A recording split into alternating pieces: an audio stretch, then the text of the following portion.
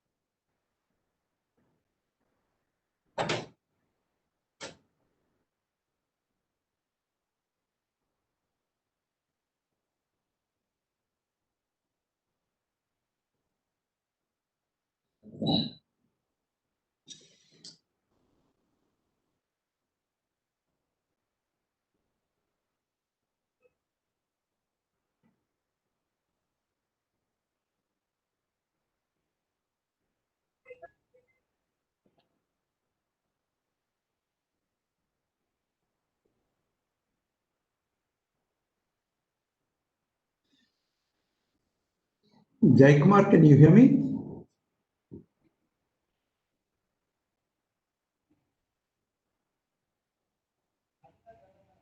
Maha, can you hear me? Can you see me? Ramesh, I can see you. Can you hear me? Yeah, I can hear you. Can you hear me? Yeah. I think I can hear you extremely well, very well. Okay.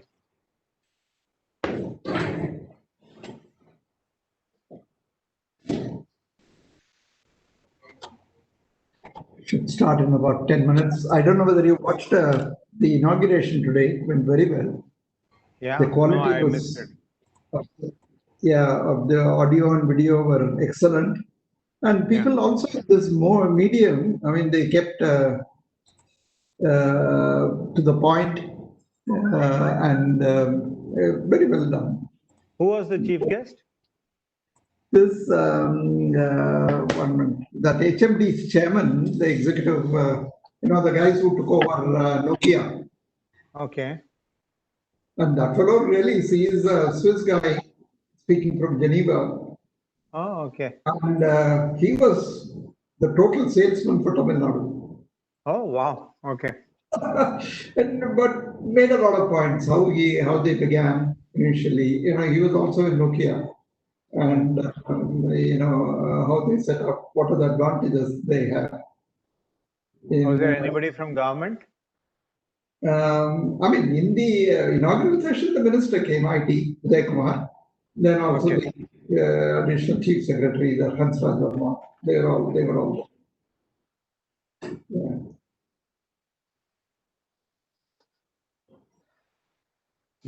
I guess this year all events will be like this only. Yeah.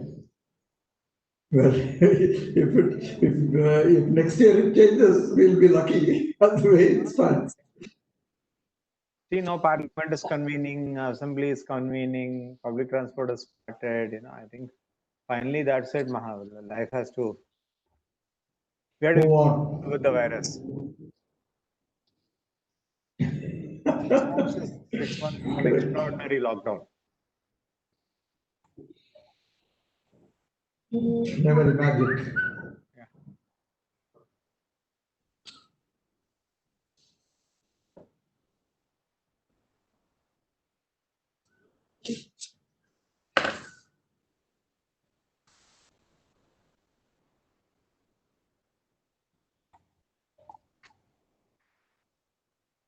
Good evening, sir. I'm Vinod from CII, Southern Region, sir.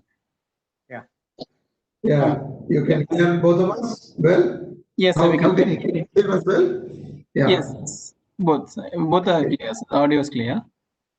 So Dr. Subramanian will be starting and will be joining in a few minutes, sir. Okay. And you're going to prompt when it is to start. Yes, I'll prompt you. Yes. So the attendees of the session are viewing it in a live stream, sir, actually. So in this panel, there won't be any attendees displayed for your information.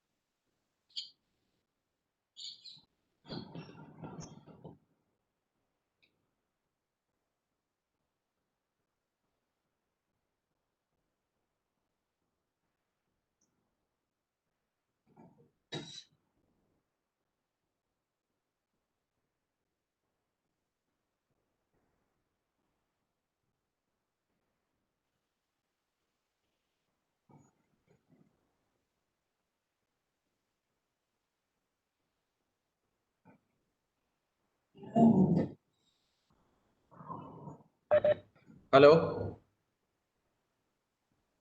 Hi, Malingam here. How are you? Hello. Hello. Can you hear us? This is Mahalingam here. Yeah, hi. I can hear you. Yeah, hi, and this is Ramesh. Yeah. Hi. We are probably already live. I really don't know. Vinod, what Yes, is the sir. status? We are already live, sir, actually. Yeah, so we have to wait another 5 minutes to go before we can start, right? A few more minutes, yes. Okay. So Mr. Subramaniam, I heard your interview with Raghuveer that day. Very good. Enjoyed it. I really like my friend Lakshmi asking that question with Mukesh Ambani deciding everything and Government of India competing with him. I didn't think. I got a lot of messages on that particular answer. Yeah. Some people felt it was a cheeky answer. Some people felt it was a good answer. But that's one thing that people. Similarly, there were other people who actually also, my last answer, which is the comparison with Rahul Dravid. Some people also actually then sent a response on that. I didn't know you were such a great fan of cricket. You talked about the Eggbaston and everything, the cricket matches there. So, no, I've actually played cricket a lot. In fact, I've been a big sports fan. I used to watch tennis, football, and in fact, I think one of the advantages actually is that you can learn a lot by, especially leadership, by observing some of these people on sport in sport. In fact, Exactly. I think both Saurav Ganguly and Mahendra Singh Dhoni actually have been the two people whom I actually admire as leaders. And in that sense, similarly, for personal excellence, actually, I admire Rahul Dravid. These are the three. yeah, yeah, that's right. In fact, one of the, so after the GDP, this thing, of course, media has posed tough questions, which they should. So one of them mentioned that some XYZ former this post, that post person has said this, and so I responded by saying that even Shane Warne bowled long hops. Yeah, that's true.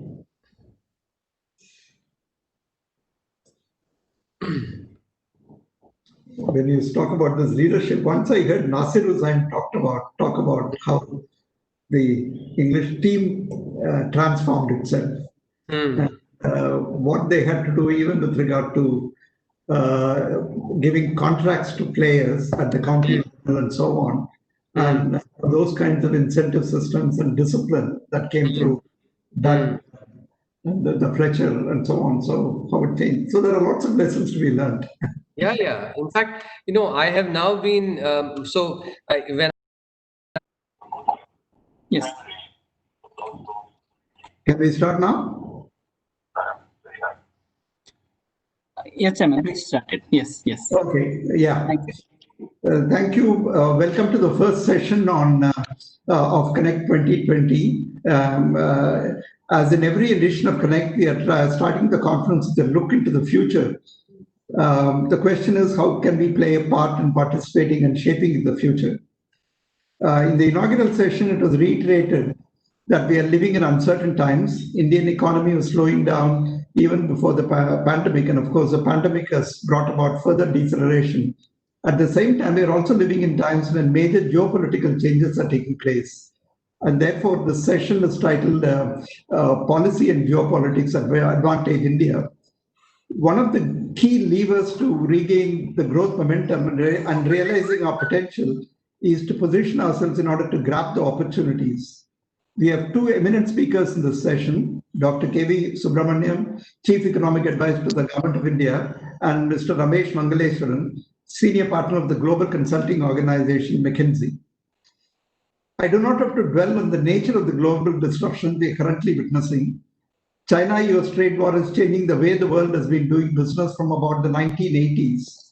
While China has built a huge capability to dominate world trade, the fight is not only about the terms of trade, but also for controlling the technology-enabled future. US is imposing sanctions. Business entities are now waking up to the concentration risks in global supply chain. US-China trade war is not the only major disruption at this point. I have already referred to COVID-19. There are other changes taking place, such as Brexit.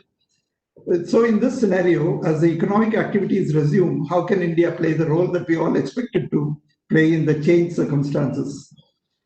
India has shown its capability by becoming a major force in software services industry. In fact, Connect was conceived as an annual event to promote Tamil Nadu as the destination for IT and ITES companies to set up their operations here. Governments, both central and state, facilitated this transformation through improving the infrastructure and providing certain concessions. We have been of late broadening our vision to include hardware companies as well as communication companies. In this scenario where we are looking at hardware, software, communication, and so on, what can we do to improve our share of the global trade? What could be the policy interventions? How will we compete with other countries who are also eyeing the same opportunities that are opening up? How do we deliver on the Prime Minister's theme of Make in India, Startup India, Atmanirbhar, and so on? So we intend to cover all this in a short session. We'll begin with an address by Dr. K.V. Subramaniam, followed by an address by Mr. Ramesh Mangaleswaran. I expect to have time for about 15 minutes of discussion after that. Do send your questions. Can we start with the address of the Chief Economic Advisor to the Government of India?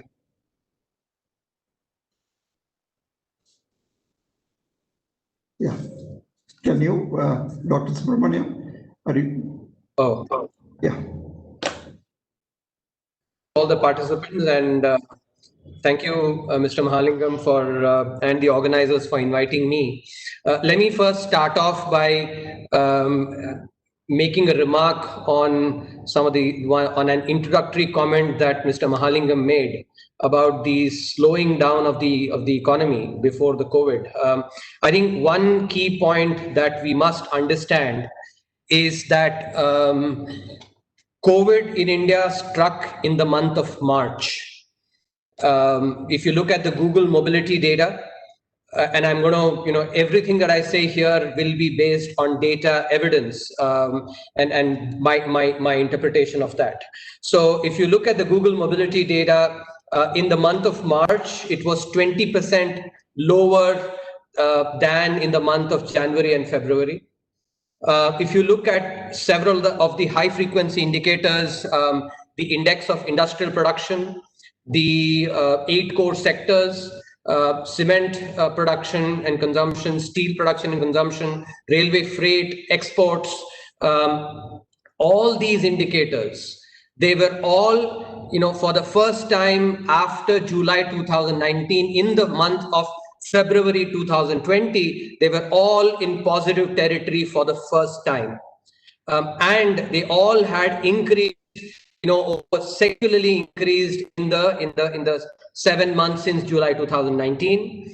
Also, if we looked at the purchasing managers index, which is an indicator of future activity, there was a sharp increase in, both the PMI for manufacturing and services, with services especially noteworthy, reaching close to 60%.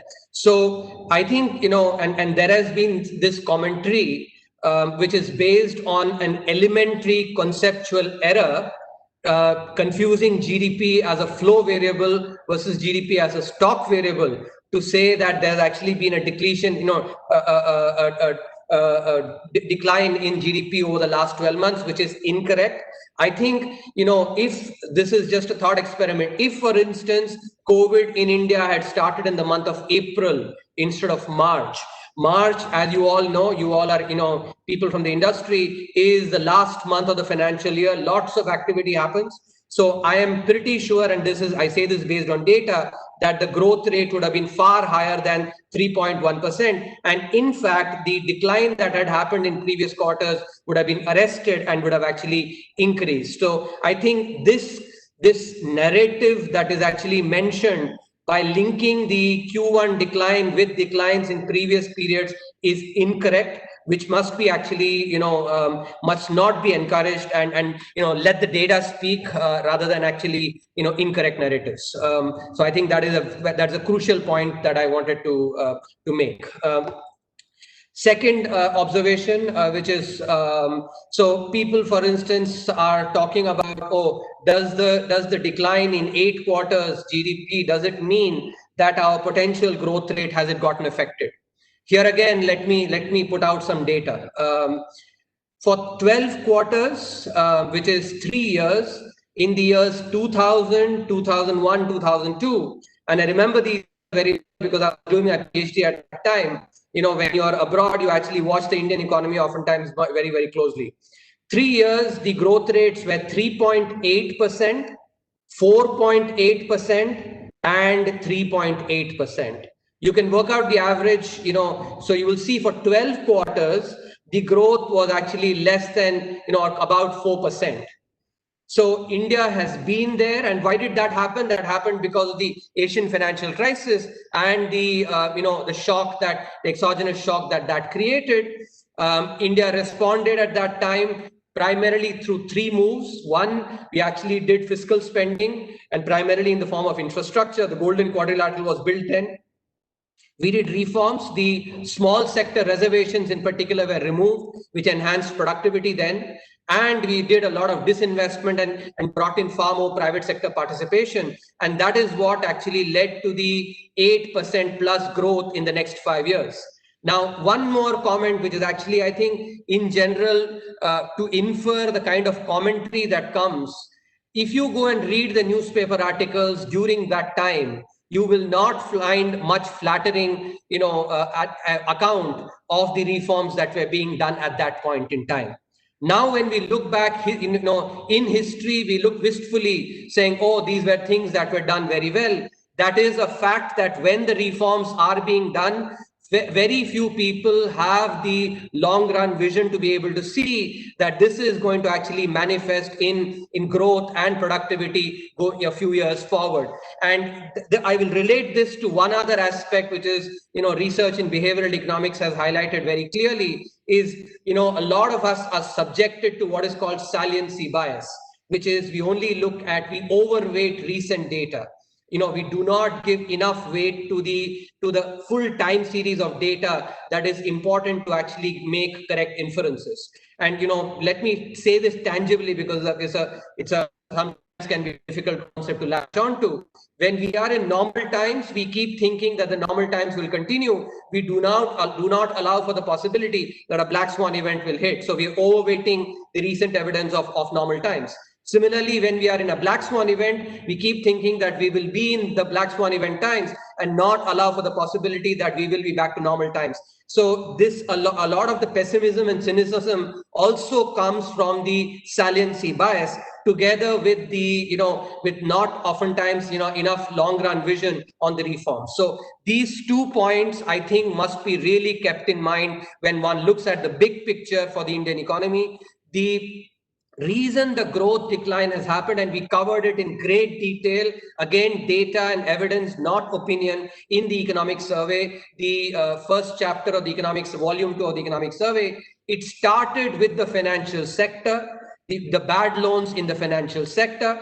And loans are about 5 to 6 years in maturity. So bad loans come back to roost about 5 or 6 years later. That's when the NPA problems start happening. So a lot of the bad lending that happened around 2011 and thereafter came back to roost actually with a lag.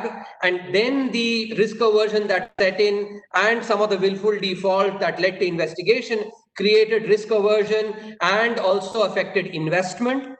When there was a decline in investment, that then had an impact on economic growth. The declining growth then had an impact on consumptions. So I think it is very critical to understand the sequence of events. Now we're actually in a little bit of a chakra view, because investment actually looks at anticipated consumption, and then investment comes in. So this is a cycle of events that actually all of us have to understand. And this is important because at the macroeconomic level, and this is why macroeconomics is far harder to understand than micro, because everything has a cause and an effect relationship. Investment can actually be a cause and an effect. Similarly, growth can be a cause and an effect. So it's very important to scholarly disentangle the effects, and that's what the economic survey has done. So this is so 3 points to summarize. Number one, this linking the Q1 decline to performance before COVID is incorrect. Second, India has been in this kind of phase before and has got back by doing the right things, in terms of reforms, fiscal spending, and disinvestment, enabling more private sector participation, which brings in efficiencies. And the third part is that this decline is because of the financial sector, something that I will also spend time on. So now, what is it that we need to be basically doing? I would say that rather than, and in fact, there are also lessons to be learned from a similar phase that happened during the global financial crisis, when again the economy was affected by an exogenous shock. But no, we did do fiscal spending then, but the quality of the spending was far poorer. A large part of it, for instance, was in the farm loan waiver, for instance. Mostly revenue spending. Together with that, actually, bad loans and telephone banking, etc., which is what created some of the crisis. So important lessons to be learned from both these crises. Replicate what we did after the Asian financial crisis. Avoid what we did after the global financial crisis. Therefore, going forward, what we need to be doing is to double down on the infrastructure pipeline, because infrastructure, in India, it has shown, and elsewhere as well, crowds in private investment, brings in jobs from the informal sector, thereby puts money in the hands of people, and also then enables consumption. So that is double down on the infrastructure pipeline, focus on exports, especially the PLI scheme that the government now is pushing. Is a scheme that encourages growth. It is something that is, rather than just democratize the taxpayers' money, the spending of the taxpayers' money, it is a scheme that incentivizes the corporates to actually grow and contribute to themselves, and thereby also to the economy. That's the second. And third, there are a series of reforms that are being done now. And I hope that some commentator, like I am doing, hopefully some PhD student is watching now, the reforms that are being done, and maybe 20 years later actually is in this role and says that the reforms that were done at this point in time, and I'll mark out those reforms in the agriculture sector. The APMC reforms are seminal, because for the first time after independence, the Indian farmer has the opportunity to go and sell his produce where he wants. In fact, my colleague Sanjeev Sanyal wrote an article saying that, in fact, it's not just since independence, since the times of Alauddin Khilji, this APMC kind of restrictions have been placed on the Indian farmer. The Essential Commodities Act, which actually, what it did was effectively all storage was considered to be hoarding, and thereby investments that encourage the food processing sector, warehouses, storage, did not come in. So as a result, the agriculture sector continued to be one where productivity did not improve. So these are one, key set of reforms. Second, the reforms on the MSMEs, the sizes actually, the way we had defined our MSMEs, we did not encourage them to grow. We did not give them incentives to grow. That is something which is, second very important, set of reforms. The third actually is in terms of statement of intent and actually has to be followed up with other moves, is the entire, policy on the private sector. Now, it's important in this to appreciate the import of this particular reform. Remember, this is a country where we actually stayed under the socialistic chains for close to half a century. And in fact, even 30 years after liberalization, no government document used the word privatization. Instead, disinvestment was what was used. For the first time, the economic survey used the word privatization and said privatization creates wealth using actual data and carefully constructed evidence. And that is what the policy also in the Atmanirbhar Bharat package has clearly elucidated now, saying that except for a couple of strategic sectors, in all the other sectors, basically government will get out. And this will be a process that will, that will go through. But recognizing the efficiencies that are there in the private sector is actually a very important part as well. So these reforms collectively, together with that, I will also mention the labor reforms that are being done. Apart from the wage code on wages that has already been passed, the other 3 bills are being tabled in Parliament. Those will bring in, especially the contractual employment, the FTE, full-time equivalent, will provide the flexibility to companies to actually have, labor and thereby grow firm sizes, create jobs as well. And these collectively will make a difference to the manufacturing sector. Apart from that, set of, the corporate tax rate cut, which should enable investment once this risk aversion, the period of uncertainty is over, and some of the reforms on the tax side, the faceless assessment, the honoring the honest taxpayer. I think collectively, when you look at all these, the IBC, which I think is actually, I would say again and again, it is extremely important. Any narrative that actually tries to push that IBC is not correct is clearly coming from vested interests that have benefited from the earlier regime. Now, if you look at the recovery rates under IBC, compare it to BIFR, compare it to SARFAESI, clearly much higher. What it has done is change this phenomenon of, in India, the promoter enjoying super equity, which is the heads I win, tails you lose kind of phenomenon with debt. And it is changing that, it's bringing that behavioral change.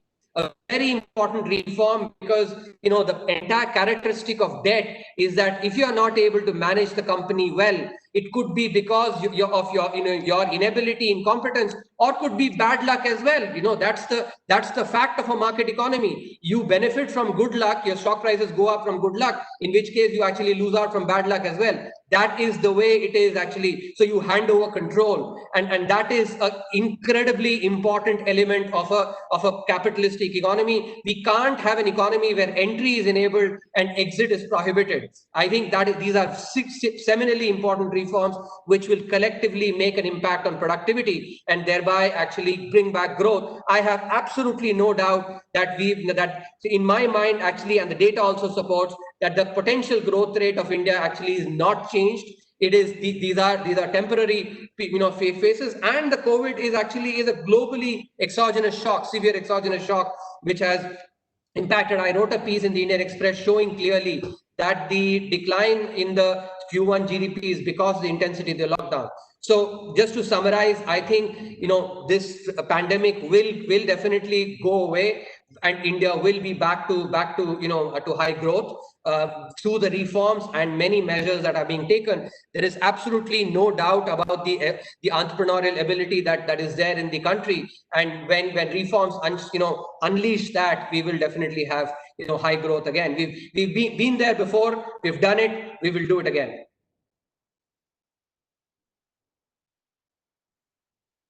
What is happening in India, some of the lessons that have been learned from the Asian financial crisis and things to be avoided after the DFC, and also the reform process that is going on, and the economy getting strong. Now I want to get Ramesh to talk about the opportunities that we can grab at this moment in time and look at the competitive position of India vis-a-vis other countries. And then I want to come back and start the discussion on what can we do from a IT, ICT kind of industry. Ramesh. Sure. Thank you, Maha. And it is good to address this group very briefly. I will talk about rebalancing of supply chains. I think global supply chains are rebalancing. Part of it is COVID, which has shown that over dependence on supply chains creates instability. Part of it is geopolitics that was happening. For instance, in the last year, US-China trade has fallen by $30 billion. China to US trade has fallen by $55 billion. Brexit has, Britain has seen a $32 billion decrease in trade. India's exports to the US have grown by 13%. Vietnam's exports to the US has grown by 35%. So reality is that there is a rebalancing of global supply chains that is happening, and there is more to come. There was a recent survey done of 450 senior executives, where 76% of them said that they are thinking of rebalancing supply chains.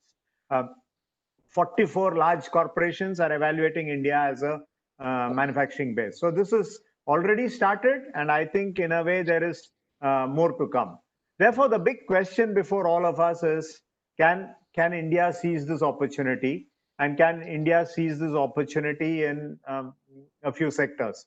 We can talk about any sectors. We can talk about capital goods. We can talk about auto components. We can talk about anything. But I thought that relevant to today's discussion might be a few points on electronics and electronics manufacturing.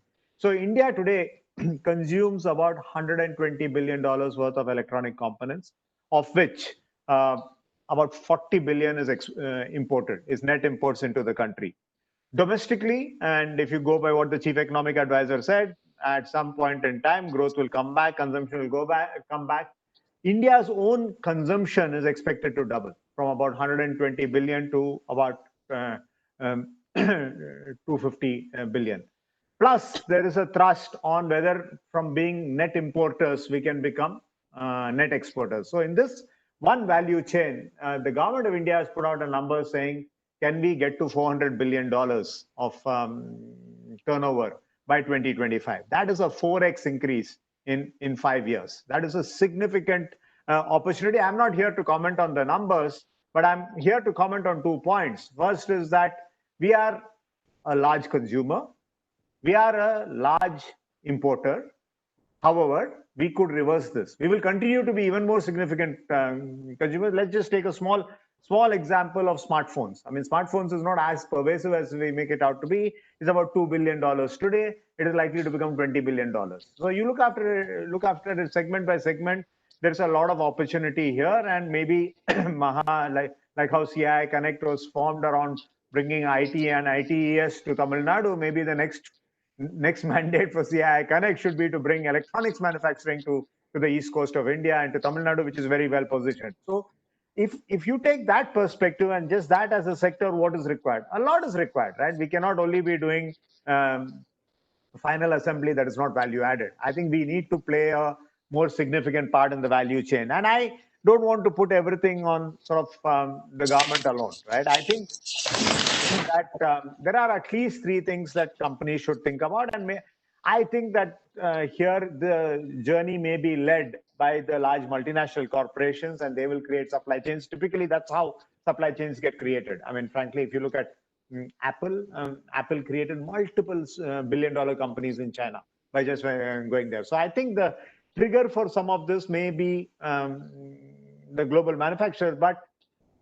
we need product and process technology. You may argue that product technology is difficult, but we need process technology. We cannot just be pure assembly shop. Second is, we have to be the best that we can be on operational excellence. Operational excellence to me is cost excellence, quality excellence, delivery excellence. And we are not there yet. Let's be honest. On each of these, there are gaps. I mean, our cost is not where it needs to be. Our supply chains are not what it needs to be. And 3 is, I think we need international business development capability. I think this is, if you want to service both, right, the domestic market and the international market, we need that capability. Where are we today? I would say that we are probably a 5 on 10 in terms of this change, but we can change that quite rapidly. And this is where maybe the role of the government can also come in, where, just as how the IT industry got a big boost through sort of dedicated zones and, ITACZs and all that, we could consider virtual or real industry zones where infrastructure is provided, supply chain connectivity is provided, all of that is provided. And I go back to why this part of the country might be interested. Second is, I think skills are required. I think there's a huge requirement in skills to fulfill this industry, because this is not the industry that, in a way, I can even say that this is an industry that we missed out on, that we need to rebuild. So in summary, I would say that the trend is surely happening. There is no debate about it. If anything, the trend is going to intensify. I would say it is India's opportunity to lose. Okay, it is India's opportunity to lose because we have the benefit of a large consuming class, and we have the benefit of lots of entrepreneurs that can actually seize the opportunity. If we don't move quickly, I think there is a real chance that countries like Vietnam and all, who are already growing quite fast, start to dominate some of these supply chains. And I really hope that's not the case. So those would be the few comments I would make, and maybe Mahavi pick it up in the discussion session. Yeah, thanks, Ramesh. Essentially, for saying that there is a phenomenal amount of opportunity right now opening up.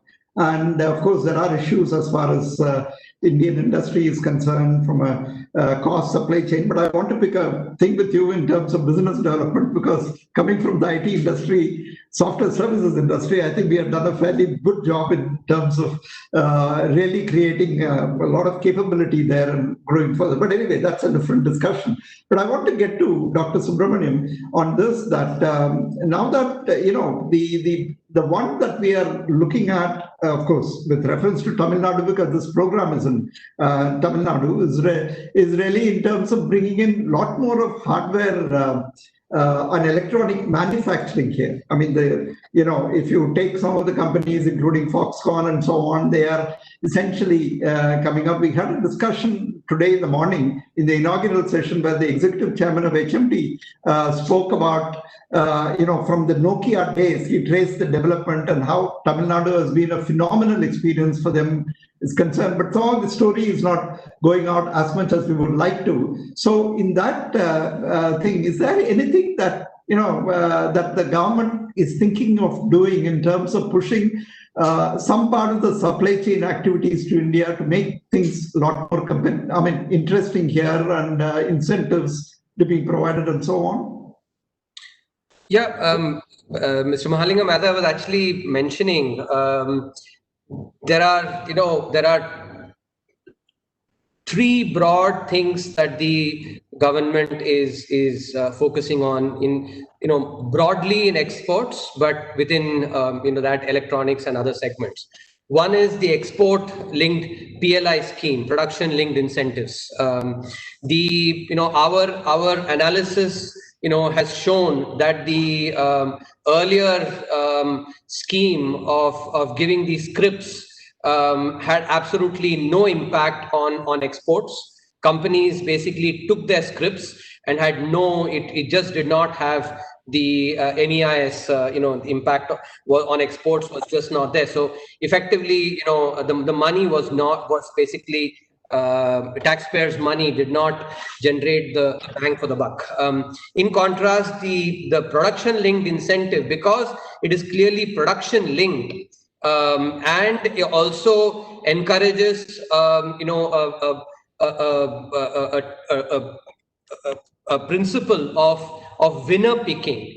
I think that is something which is really important, especially in the export sector, because exports, cannot be furthered, through a democratically, process of allocating money, because, the companies have to compete in global markets, and where it's basically the companies that will benefit. So that's number one. Number two, the changes in the labor laws. Now here, this is basically also a call out to the state government, because a lot of the labor laws are in the ambit of the state, to push through the labor law changes. In the economic survey, July 2019 economic survey, we clearly showed using changes in Rajasthan, for instance, when Rajasthan increased the threshold from 100 to 300, it had more job creation, companies basically becoming bigger, capital came in, companies ended up bringing in capital. So it's a clear win-win. So this is in the ball is in the state government's court, because the manufacturing companies really do look for that benefit, to have that flexibility. So second is, while the center is of course doing its part on the labor law changes, and there are several states which are also are planning to do this. I think because you asked the question specifically in the context of Tamil Nadu, I would mention that this is something that that they should take up. In fact, we've also seen evidence, for instance, the Pradhan Mantri Rozgar Protsahan Yojana, which was basically a job creation program that was started in August 2016.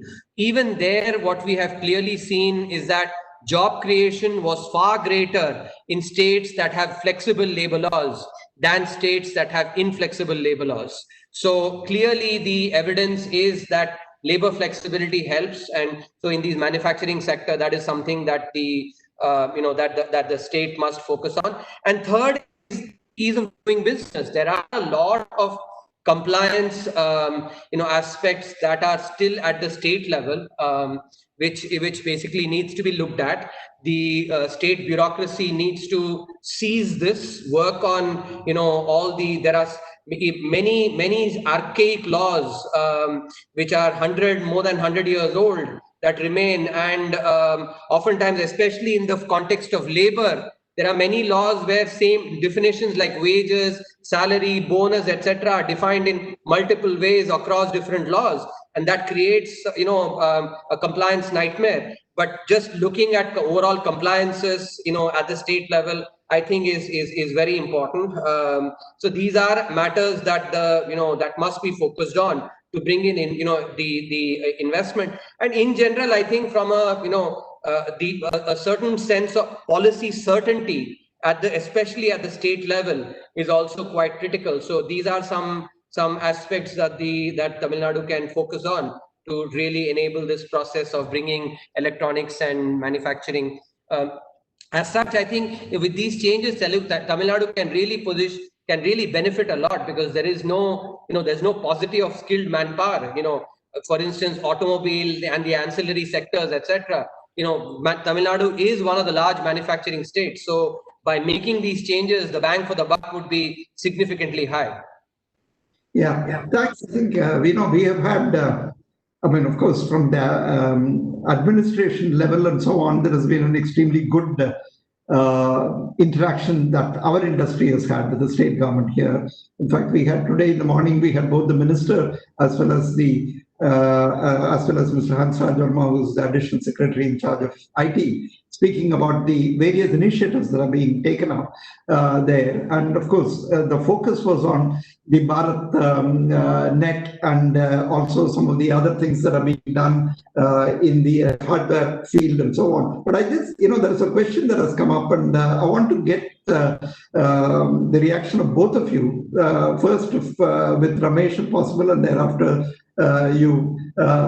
What did it take for OEMs to consider design-led product development in India to explore high value addition within the geography? Ramesh, you referred to it in terms of an example of smartphone and so on, but the question is more relevant in terms of going up the value chain.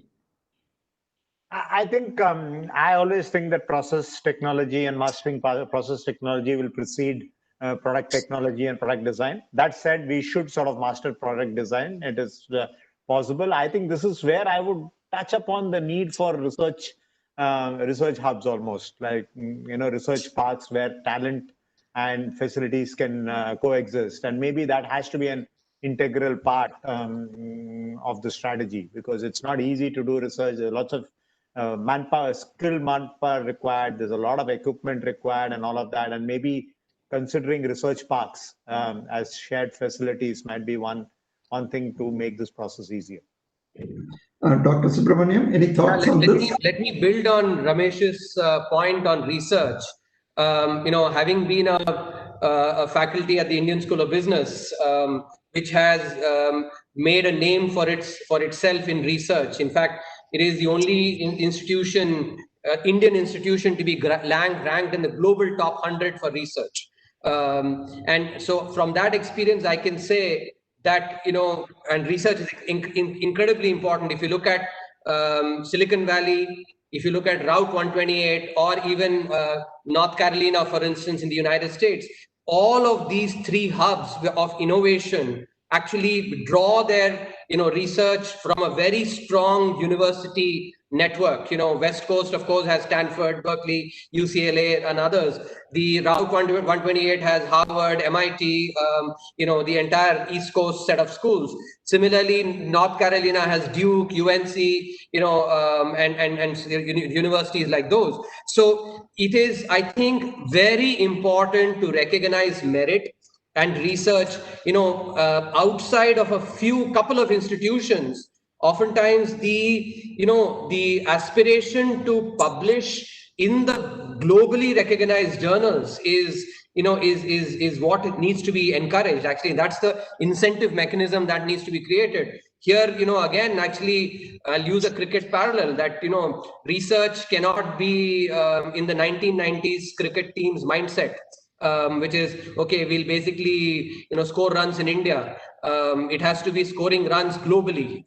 And that means publishing in the top journals. But that also means that universities actually must be completely independent, and no amount of actually, the interaction with politics, etc., must be minimized, because merit does not really prosper in an environment, where there is that kind of environment. So I think research is incredibly important, but that also means that the incentives need to be provided, and the faculty salaries are incredibly important as well. People are not going to come. Good people who will do research will not come without actually the necessary incentives. So these are, I think, Ramesh touched upon an important point, but I thought, given my own experience, I would elucidate on this. One point that I want to actually, Ramesh mentioned about the need for manufacturing across the board. I think that is a laudable goal. But when you look at, the pattern of growth, in manufacturing, that countries like China and Japan, the only two countries that managed to touch about 1/3 of global exports in the last 100 years. If you look at the pattern of their growth, I think, and this is something that we highlighted very clearly in the economic survey, the chapter on network products, it's very clear that they start with assembling first. Some joint ventures, etc. And a good example of this is the automobile sector in India. When Maruti had the joint venture with Suzuki in India, we were only assembling initially. But from the assembly, then slowly the technology absorption happened, and then we backward integrated into manufacturing of components, where ancillaries, etc., developed. In manufacturing, especially in high-skilled manufacturing, you cannot run without learning to walk first. And I think that is the evidence of very carefully constructed evidence from Japan and from China shows very clearly. So we have to make sure in automobile sector, electronics manufacturing, we've now learned to walk well, so we can start running, and therefore we can backward integrate. But there are many other sectors which we need to say, okay, let's first learn to walk and then run. If you, as they say in Tamil, Pothagadinu viruvom, modale nadakka theriyama actually oda pathaka. Right. Yeah, thanks. In fact, it is interesting that you referred to Silicon Valley Route 128 and North Carolina. In fact, when we started Connect in 2001, we were essentially trying to create that, and we used not the North Carolina, we also used the Austin belt at that time and the Cambridge Fern at that time. So how are these clusters developing, and what is it that we can do to bring the industry and so on? So one of the initial terms that we used here was called the Knowledge Industry Township, which is what the old Mahabalipuram Road is at this moment in time. This was coined by the late Chief Minister, Dr. Jayalalitha, and so that was the beginning of our. So it's great that you talked about it at this point in time. Now I'll have to come to the end. I mean, I'll have to end this session because we have run out of time. But actually, you know, it has been a very interesting session because we covered the economy, and the economy in terms of what it has gone through in various stages, including the Asian financial crisis and the global, and many reforms that are being done at this moment in time to place it in a strong position. And we also talked about the opportunities that is presenting itself globally, especially from the supply chain point of view, and the improvement that is taking place as far as the Indian trade is concerned. We also talked about certain policy interventions that can happen, certainly at the state level, and also some of the thinking that is happening in the center and so on. So with that, I'll have to bring this session to a close here. It's been a great session. I have enjoyed it, and I hope all of you enjoyed it too. Thank you very much.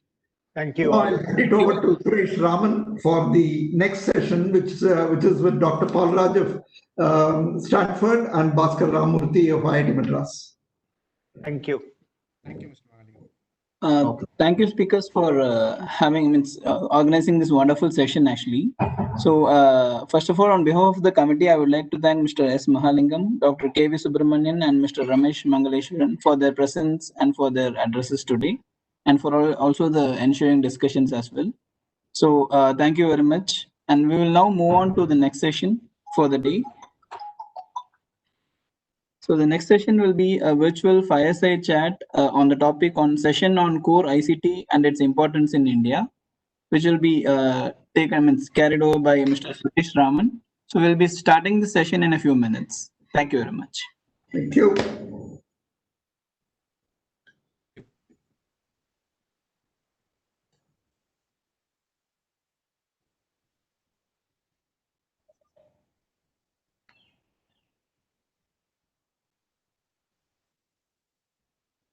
Mr. Suresh Raman, we can start the session in a few minutes, sir. Yeah, you let me know when I should start. Yeah. Sure. Thank you. Thank you.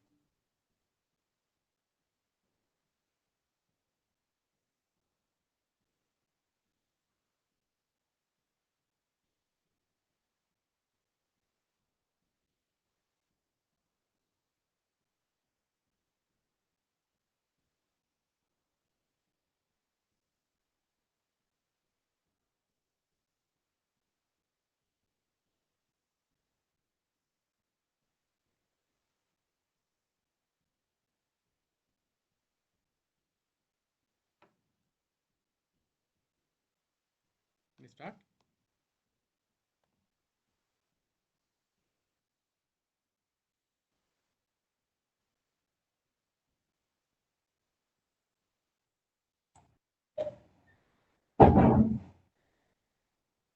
Mr. Suresh Raman, we can start the session, sir. You may take it over.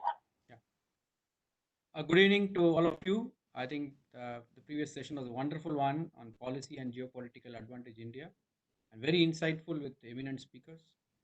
Moving on, we have a next session, which is a virtual fireside chat on core ICT and its importance in India. I cannot wait to introduce the distinguished speakers who are a pride for India, Professor Emeritus Arogyaswamy Palraj and Professor Bhaskar Ramurthy on our virtual dais. Professor Emeritus Arogyaswamy Palraj, Stanford University, is the inventor of MIMO, wireless communications, a technology breakthrough that enables improved wireless performance. MIMO is now incorporated in all new wireless systems. He also pioneered MIMO OFDMA technology that has become the core of 4G mobile systems. Palraj is the author of over 400 research papers, 2 textbooks, and a co-inventor in 80 US patents. Palraj has won several awards, notably the 2018 US Government Patent and Trademark Office's National Influencers Hall of Fame, 2014 Marconi Prize and Fellowship, and the 2011 IEEE Alexander Graham Bell Medal. He is a fellow of 8 scientific academies, including those in the US, China, India, and Europe. He is a fellow of IEEE and AAAS. In 1999, Paulraj founded Lospan Wireless Incorporated, which developed and established MIMO OFDM wireless as a core 4G technology. Lospan was acquired by Intel Corporation in 2003. In 2004, Paulraj founded BSEM Communications Incorporated, and it became the market leader in 4G WiMAX semiconductor.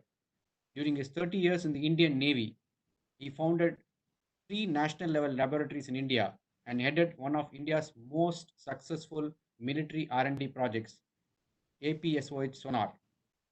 He received over a dozen awards in India, including the national awards by the Government of India, 2010 Padma Bhushan and the 1983 Ati Vishisht Seva Medal. And coming to Professor Bhaskar Ramurthy, he is the director of Indian Institute of Technology, Madras. Professor Bhaskar Ramurthy got his BTech in electronics from IIT Madras in 1980 and his MS and PhD in electrical engineering from the University of California at Santa Barbara in 1982 and 85 respectively.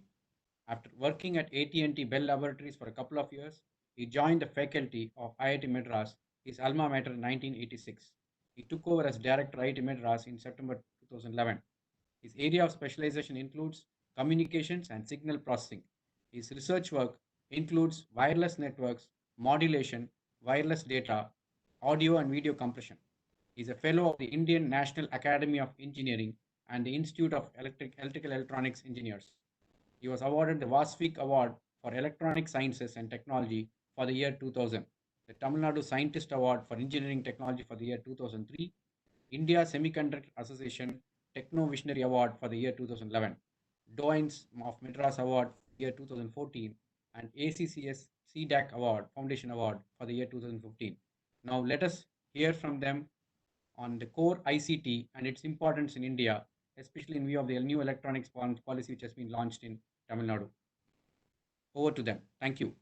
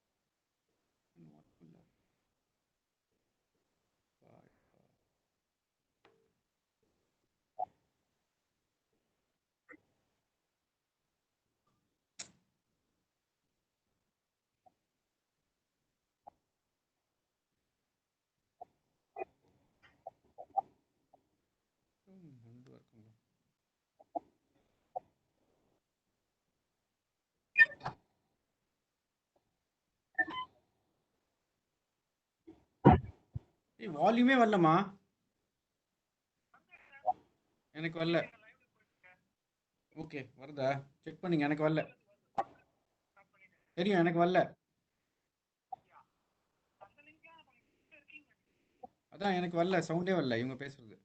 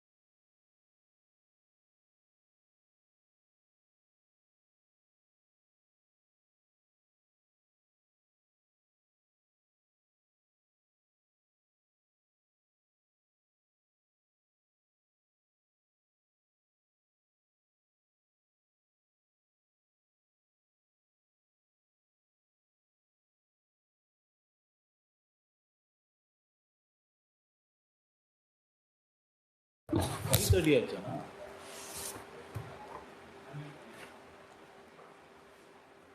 5:40.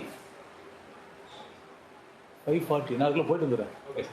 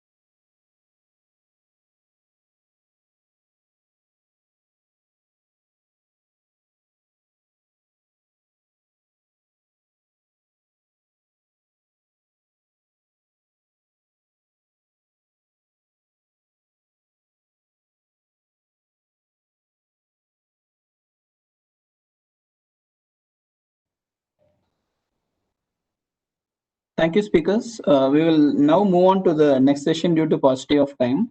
The next session will be a roundtable session on the role of government in the new digital age. We have eminent speakers from the government and from the industry who would be addressing this gathering.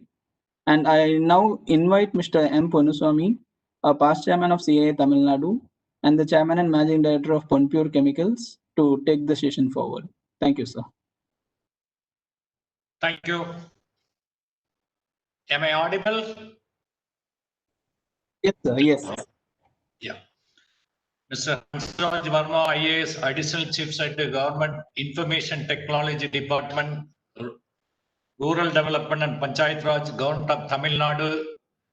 Dr. Rajendra Kumar, IAS, Additional Secretary, Ministry of Electronics and Information Technology, Government of India. Mr. Tejpal Bhatla, Vice President, Deputy Head, Tata Consultancy Services, delegates at the Connect 2020, members from the industry, friends from media, ladies and gentlemen, good evening. I take this opportunity to extend my wishes to all of you today at the 19th edition of CII Connect 2020. இந்த blazer எடுத்து வர சொல்லுங்கப்பா.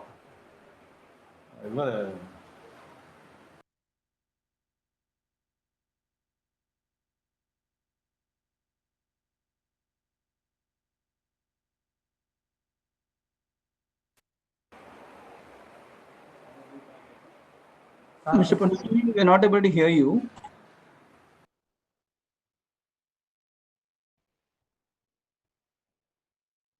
Chance it.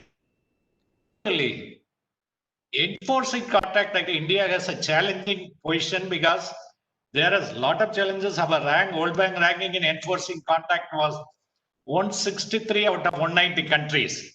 But we are seeing now e-court is happening on video conference. So many things have changed. I think digital, it has come in, and COVID has helped us to bring this level.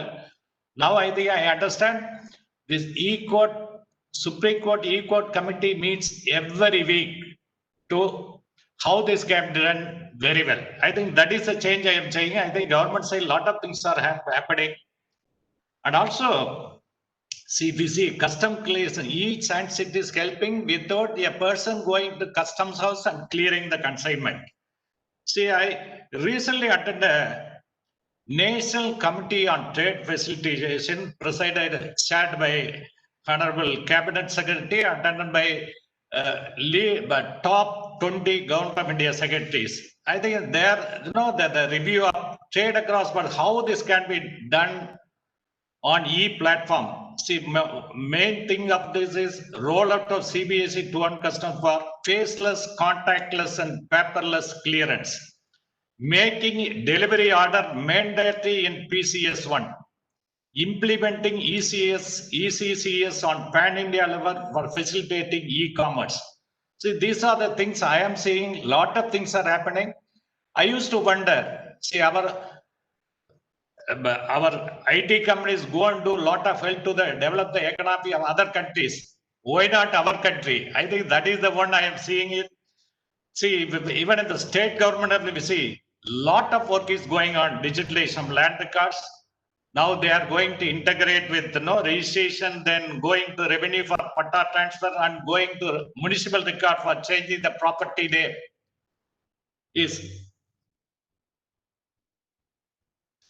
So these are the things happening.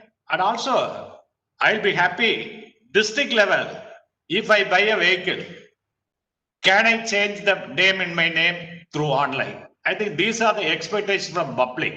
And also, if I want to get a water connection, if we want to get a permission, the municipality for digging the road, whether I can apply online getting things. I think these are the expectations from us.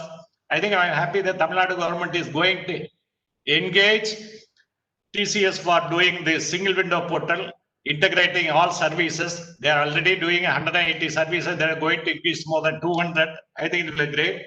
It would be interesting to understand the government department all adjusting to the new digital world and providing opportunity to enable the public, entrepreneurs, and own government programs to better leverage the rich wealth and federal data to pour into application services by ensuring the data is open and machine readable by default.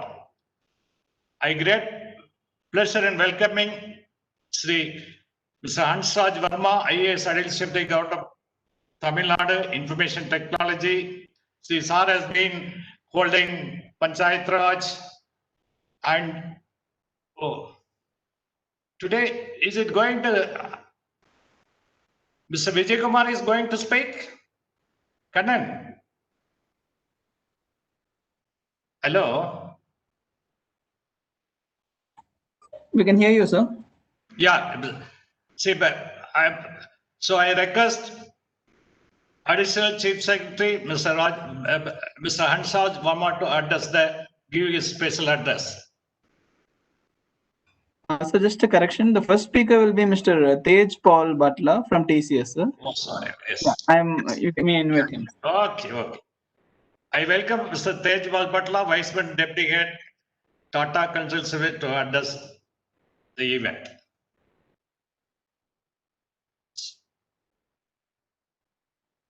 Thank you, sir, for the introduction. I'll just start in a minute. I just want to put up a presentation. I hope you'll be able to see that. I hope my presentation is visible, and I will start. It's visible now, sir. Thank you. All right. So I think, before I start to say that, what is it the role of government should be in the new digital age, let us look at some of the parameters which define digital society of India, right? And what does digital age really bring in, from an India perspective? When we look at any IT situation in India, I think there are 4 characteristics which really stand out, right? First and foremost is the, right? Anything we do, whether it is Aadhaar, whether it is the passports, whether it is the driving license, or whatever you call about, or whether it is the direct beneficiary bank transfer, I think anything and everything has scale associated with the, with IT when we talk about IT in India. Second, I think, which is also very critical, is the reach, right? Any solution or any IT system which gets developed, if it can reach the, the farthest area, the rural areas in India, it would not be successful. I think a shiny example, for example, has been the, how India Post has brought the financial inclusion by taking banking to every nook and corner of the country. Third, I think local innovations are equally important. We've seen the world a few years ago when it was dominated by ERPs, which got developed in other countries, and almost every industry in India also started up adapting ERPs. But I think now everybody is realizing, I think there is more and more noise to be vocal for local. I think we need to have local solutions for our local problems. As my previous speaker, one of the previous speakers said, that we've developed some of the marquee solutions for international companies in India, right? So there is no reason why we cannot do local solution from India. And last but not the least, I think given that our infrastructure is not very robust, we need to have systems which are very resilient, which will stand the test of not only time but also the stress on the. I think those are some of the characteristics which define IT in India. But consumers of IT, I think this is also very important, that when we say that, what would digital India look like, I think we have to look at what are going to be the digital how the digital consumers look like, right?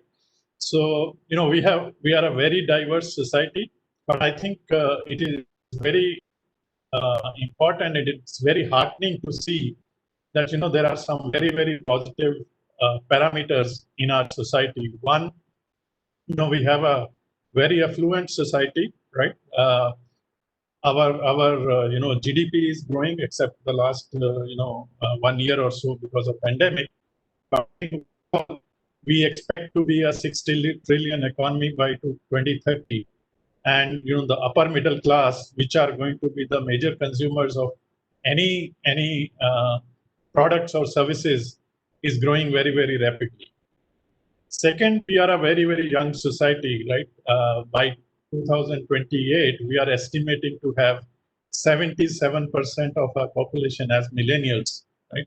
And our median age is only 37 years, which offers us a huge demographic dividend, which the corporates in India have been already exploiting, but I think it's an opportunity to continue to exploit that demographic dividend and keep delivering better solutions for India. Where we will need solutions, we will have a lot of, I think with focus on smart cities, it is anticipated that world's top 10 fastest growing cities would be in India by 2030. And we will have 9 metros and 37 boom towns where obviously there's going to be a lot of demand, a lot of people. So something that we need to take care. The also important constituent of the digital society is the connection, right? I think previously also somebody mentioned that everybody has now 1 or 2 mobile phones. So, we will have more than 1 billion internet connections by 2030 in India. We already have more than 850 million smartphones. So there's a huge opportunity to offer content on vernacular languages from an IT perspective, right? This is something, the consumption of systems, the solutions, the ICT solutions is going to be more and more driven on the handset. So it's very important to, to be able to offer those solutions which can, offer connectivity in hand. India is already spending a significant part of its making a significant expenditure in health, but I think with current focus on pandemic, and once we get out of it, I think there's going to be a lot of focus on healthy India, right? So a lot of health seekers, people will seek different health solutions. Not only to keep themselves well, but also wellness solutions, how they can stay away from diseases, etc. So that's something that is going to come. And last but not the least, we are an inclusive India, right? So I think 2/3 of our population lives in rural areas, and the workforce we are seeing, especially in IT, we are seeing a lot of growth in women joining the IT workforce. Right? Currently, any large IT company you look at, they will have 30 to 35% of their workforce as women. So these are going to be the important characteristics of consumers in India, right? And consumers of not only corporate products and services, but I think government also needs to cater to needs of such consumers who are affluent, who are young, who are connected, and they would expect services to be delivered on the mobile devices, right? I think this is something very well known fact that we are, if you look at from data consumption perspective, we are the largest consumers of data in India when you look at per capita. Right? We really have our the population which is internet ready, and every time they need to avail a service from a corporate or from a government, I think mobile is the first solution that they look at. So any solution that government thinks about has to be a mobile first solution in going forward. So what have we done so far from a India perspective? I think we've made a significant progress in the last couple of decades, right? Starting with obviously Aadhaar, which has really given a very good base for ICT in India to thrive, right? I think, and then a lot of other services has been created. Passport, for example, has become a benchmark in terms of quality of service being rendered to citizens of India by the government. Postal services have improved significantly with the launch of Ayushman Bharat, for example. Healthcare has reached every nook and corner in India, and several other solutions that have been built. What you see on the right-hand side of my slide is to say, what are all the mission mode programs where government has already invested significantly from an ICT perspective, right? The ones in black are essentially driven by central governments, whether it is banking, insurance, taxation, passport, immigration and visa, or the Aadhaar, for example. But there is a lot happening in the states, and that's what states are contributing a lot in all the systems that I've referred, which are highlighted in white background, in white font. For example, almost every state is now investor facilitation portal, what we call as ease of doing business, and Tamil Nadu also is starting a new project to do investor facilitation. A lot of collaboration between state and central government from a pension perspective or postal services perspective. Smart cities, I mentioned smart cities, mega cities, which will demand intelligent solutions, are things that are going to be primarily driven by state governments. A lot of collaboration between central and state governments on Ayushman Bharat, for example. All the CCTNS solutions, right, that you see, crime and criminal tracking, and of late also border surveillance, that's where states play a very important role. And then digital land records or digitization of land records, where I think Tamil Nadu has taken a lead amongst all the states in India to really come up with a very, very unique solution, which has not only like passports, which has increased transparency, increased efficiency, made the services very, very convenient for the citizens. So these are some of the marquee engagements which government have already embarked upon. In really the backbone, I think what we call as the digital India, core component of digital India has really enabled government to increase its reach to the citizens. Many modes, whether it is to do with payments and direct benefit transfer, whether it is to do with identifying the right beneficiaries through the Aadhaar program, or a lot of services like DigiLocker and other things as paperless services, right? So this has really been the backbone to enable government to offer services in a highly transparent manner, highly efficient manner, and make it easily accessible to citizens regardless of where they are in the country, and they can access these services on mobile devices, etc. So I think this has been a very, very good base that has been created.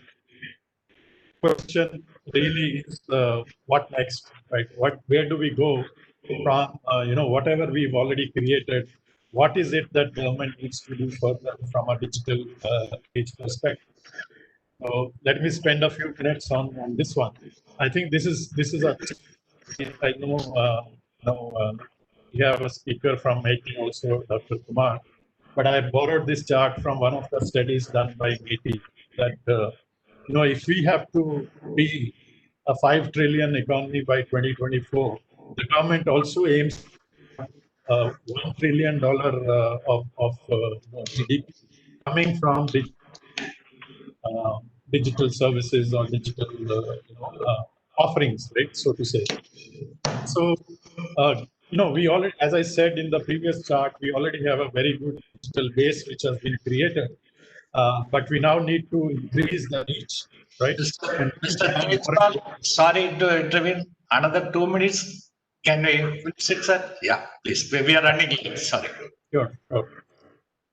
So if we continue, I think the important point I will make on this chart is that if we continue the way we are growing, we will reach something like 500 to 650 million US dollar quite easily at the current rate of growth of ICT industry. But if we really have to touch 1 trillion to become a digital economy, then a lot of new services has to be thought about. And that's what you see on the right-hand side on this chart. And some of these services will not go into details, but there are focus like healthcare, and doubling farmers' income. These are where I think solutions are going to come from. I think these are where government has to make a lot of investments and trust the corporate world to deliver solutions which are very, very handy, very, very suitable for India as a country. In interest of time, I'll not walk through all of them, but I think broadly these are the 9 areas where solutions are going to come going forward. So last slide, I think this is my thought. I think, as I said, in the last couple of decades, we've made a lot of progress. And I'm borrowing this phrase from NASSCOM. They are calling it has just started as the decade, which is come from 2020 to 2030. So what is it that we are going to focus on? What is it that government should focus on in this current decade? I think I've highlighted 10 things. First and foremost, most important, I think, given the situation we are in, I think first and foremost is that we need to ensure that government takes care of healthcare for everybody. I think all of, it's a well said, believed idea that, a healthy country will always be a wealthy country. So we need to start with taking care of health of our people. We need to continue our journey to keep the citizen in the center. So all the systems that we develop must be citizen-centric, and they must provide a service end-to-end. We have a very rich heritage in mathematics, and we also have a good demographic dividend. And currently, I think analytics, AI, machine learning, I think these are the buzzwords of the ICT industry. And there is absolutely no reason why government should not benefit from these emerging trends. And India should benefit from these trends and create solutions using AI, ML technologies, which would help citizens in India. I already talked about, but I think startup system and innovation needs to thrive. We need to have very, very sophisticated interconnected systems so that, like ease of doing business, there is a single point portal where somebody can go and start a business today. I think for citizens also, we need systems which will offer end-to-end services from a single platform. We are a very large and diverse country, and we will always be susceptible to security threats from our from companies and let's say adversaries across the border. So I think we need to build a very, very strong data security and security regime. Government needs to take special attention there. IoT solutions are making things very, very responsive. So there are lots of opportunities there for government and India to tap. And I already mentioned we need to look at local solutions. And last but not the least, I think we need to continue to be responsible global citizen, whether it is ICT or any other industry that we embark on. We need to keep in mind sustainable development goals of the UN, and keep our focus that while we grow in our economy, we do not destroy the environment that many other countries have done. Thank you. I'll stop here. Thank you, Mr. Tejpal. I think you have given your wish list to government to do this for making 5 trillion economy. Now I welcome Mr. Ansaj Verma, IAS Additional Secretary to Government of India, Information Technology, to give his special address.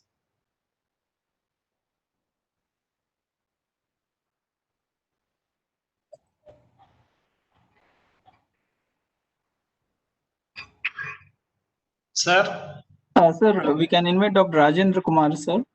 Yeah. I have great pleasure in welcoming Dr. Rajendra Kumar. He is not new to us. He was here MSME Commissioner. He was here Secretary MSME. He has done a lot of reforms helping MSME. I think he's IIT and he has done PhD in MIT, and he was the architect of IT in government. I mean, he was joint secretary. I'm happy now he is in additional secretary, which is to his part. Which is to his part. I think I will be happy to hear from you, sir. Welcome, sir. Welcome back. Yeah, thank you, Mr. Ponuswamy, and a very good evening to all the fellow panelists and all the participants. It's my pleasure to be attending this event virtually, even though perhaps in other times we would like to meet in person and discuss with all the panelists and all the participants. So let me straight come to the topic for discussion in this session, that is the role of government in the new digital age. So as we saw in the previous speaker's presentation, some of the key themes and some of the key areas where a lot of activities have taken place in the last 2 decades or so, where government has played a key role in really pushing the digital frontier in almost all domains of governance and several sectors of the economy. Of course, the role of private sector has been very important in pushing the IT industry to great heights internationally, and making this sector as a champion sector for the nation to really project itself as a rapidly growing and developing and modernizing economy. So the role of the private sector has been also very, very important. Let me briefly mention what the government has done in the last 2 decades, and then where we stand today and what we plan to do in the next 5 years or next 10 years. So as many of you would be aware, this entire movement or push towards digital in government started with the National E-Governance Plan in 2007-8, where this program was launched by the Government of India, involving almost all Government of India ministries and almost all state governments, to launch electronic governance in their own domains. Mostly the domains were citizen-facing or business-facing in some cases. And the goal was to ensure that the government services, the publicly delivered services, could be offered in electronic form online to all the stakeholders. So this was the key objective, and around this vision, we launched a number of projects to build the IT infra in all the states, consisting of statewide area networks, state data centers, several pioneering middleware applications were developed to help departments communicate with each other through applications. And in all these domains, through what we call the mission mode projects, large projects were launched to really deliver all services electronically. Initially, we had 27 such MMPs. Then we expanded that basket to 44 in the NEGP 2.0 or E-Kranti. And the Government of India, the most important step that was taken was to launch the Digital India program in 2015. This program was conceptualized in MEITY, my current department, and I was a key part of that effort when this entire concept was being formulated, and the projects were being launched. Digital India program over the last 5 years has now become the main program, the main visionary program for the entire government to really transform the entire economy and almost all governance domains through infusion of digital. So this massive effort is aimed at ensuring that all departments of the government, they use digital to the maximum extent possible and transform their interfaces for delivering businesses to citizens and to industry and to the businesses. This also has been complemented by programs from other ministries and also programs in related domains. And a concerted effort was also launched by the government during this time to really ensure that in various domains where international ranking is done on various parameters of different countries, there we improve our status, and corresponding programs are launched to really improve, for example, the ease of doing business, the innovation capability, the e-governance ranking of the country, etc. So all these efforts have borne fruit, as we are all aware. And today we can say with justification that we are a leading light in the world in terms of the IT capabilities, and also in terms of delivering governance seamlessly and in almost fully online form to all the stakeholders. So this is a massive achievement for which we should really take credit. But it also means that challenges before us are daunting in terms of taking it further and to really ensuring that we keep up with the best in the world, and also lead the developing world in terms of our IT capabilities and what we can do for them in terms of helping them to realize their own dreams in the digital world. Let me just mention a few points as to how we have achieved all this, what we currently are doing, and how we plan to go ahead. So let me start with the vision for the next 5 years, as was mentioned by Mr. Bartla. The goal that we have set for ourselves for the next 5 years is to take the digital economy from the current level of about 220 billion US dollars to the level of $1 trillion by 2025.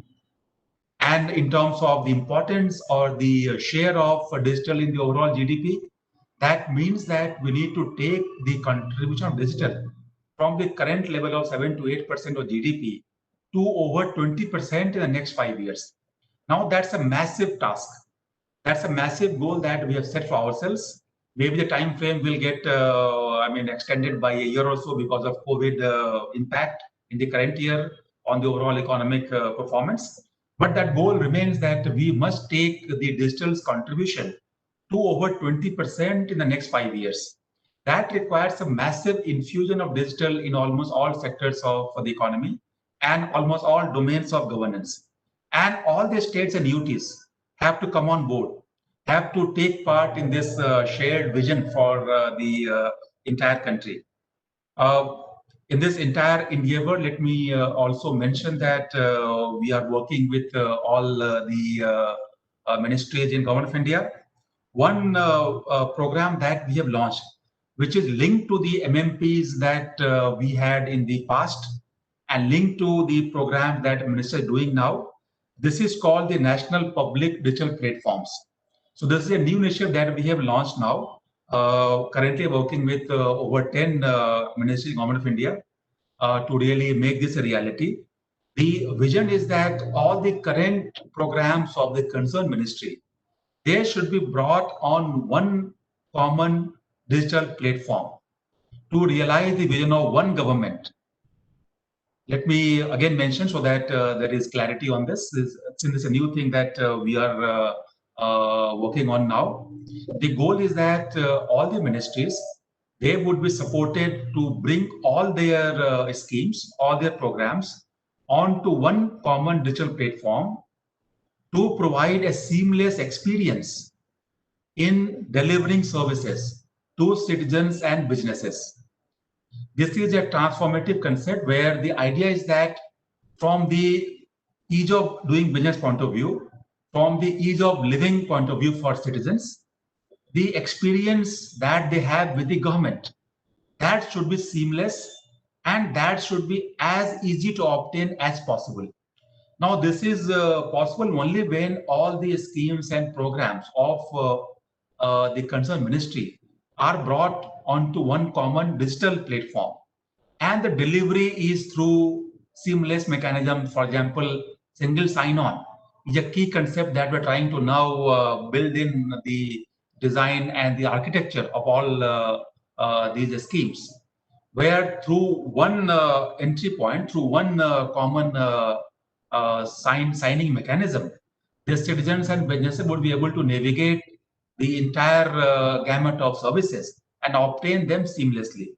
So this vision is something that we are now currently working with over 10 ministries in the Government of India, and we would like to make this a reality so that we can really improve the experience that citizens have, the businesses have with the government, and we can improve the ease of doing business even more, and also improve the ease of living, what we have called ease of living for citizens in interacting with the government.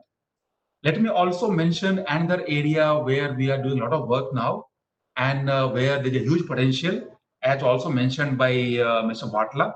This is in the domain of emerging technologies. This is something that has not been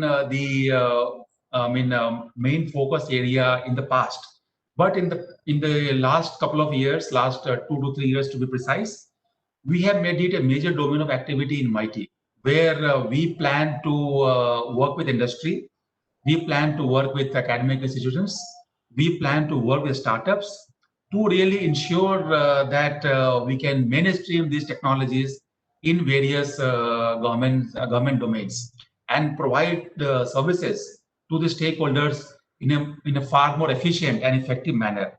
Some domains which I can mention now, where we have done a lot of work in the last 2-3 years is AI, artificial intelligence, then IoT, then gaming and animation, blockchain, robotics, big data, industry 4.0. So these domains are the areas where we already have launched centers of excellence with MEITY funding, with funding from my department. And the COEs, they work in collaboration with industry bodies, for example, NASSCOM and with some other startup hubs. We have involved our top higher education institutions to really work on R&D. The startups we are supporting to really productize those technologies and bring them to industry in the quickest time frame possible. A lot of support is being extended from MEITY to these startups and to these centers of excellence in terms of really developing cutting-edge technologies. The Government of India also announced a national program on AI, which I think you will be familiar.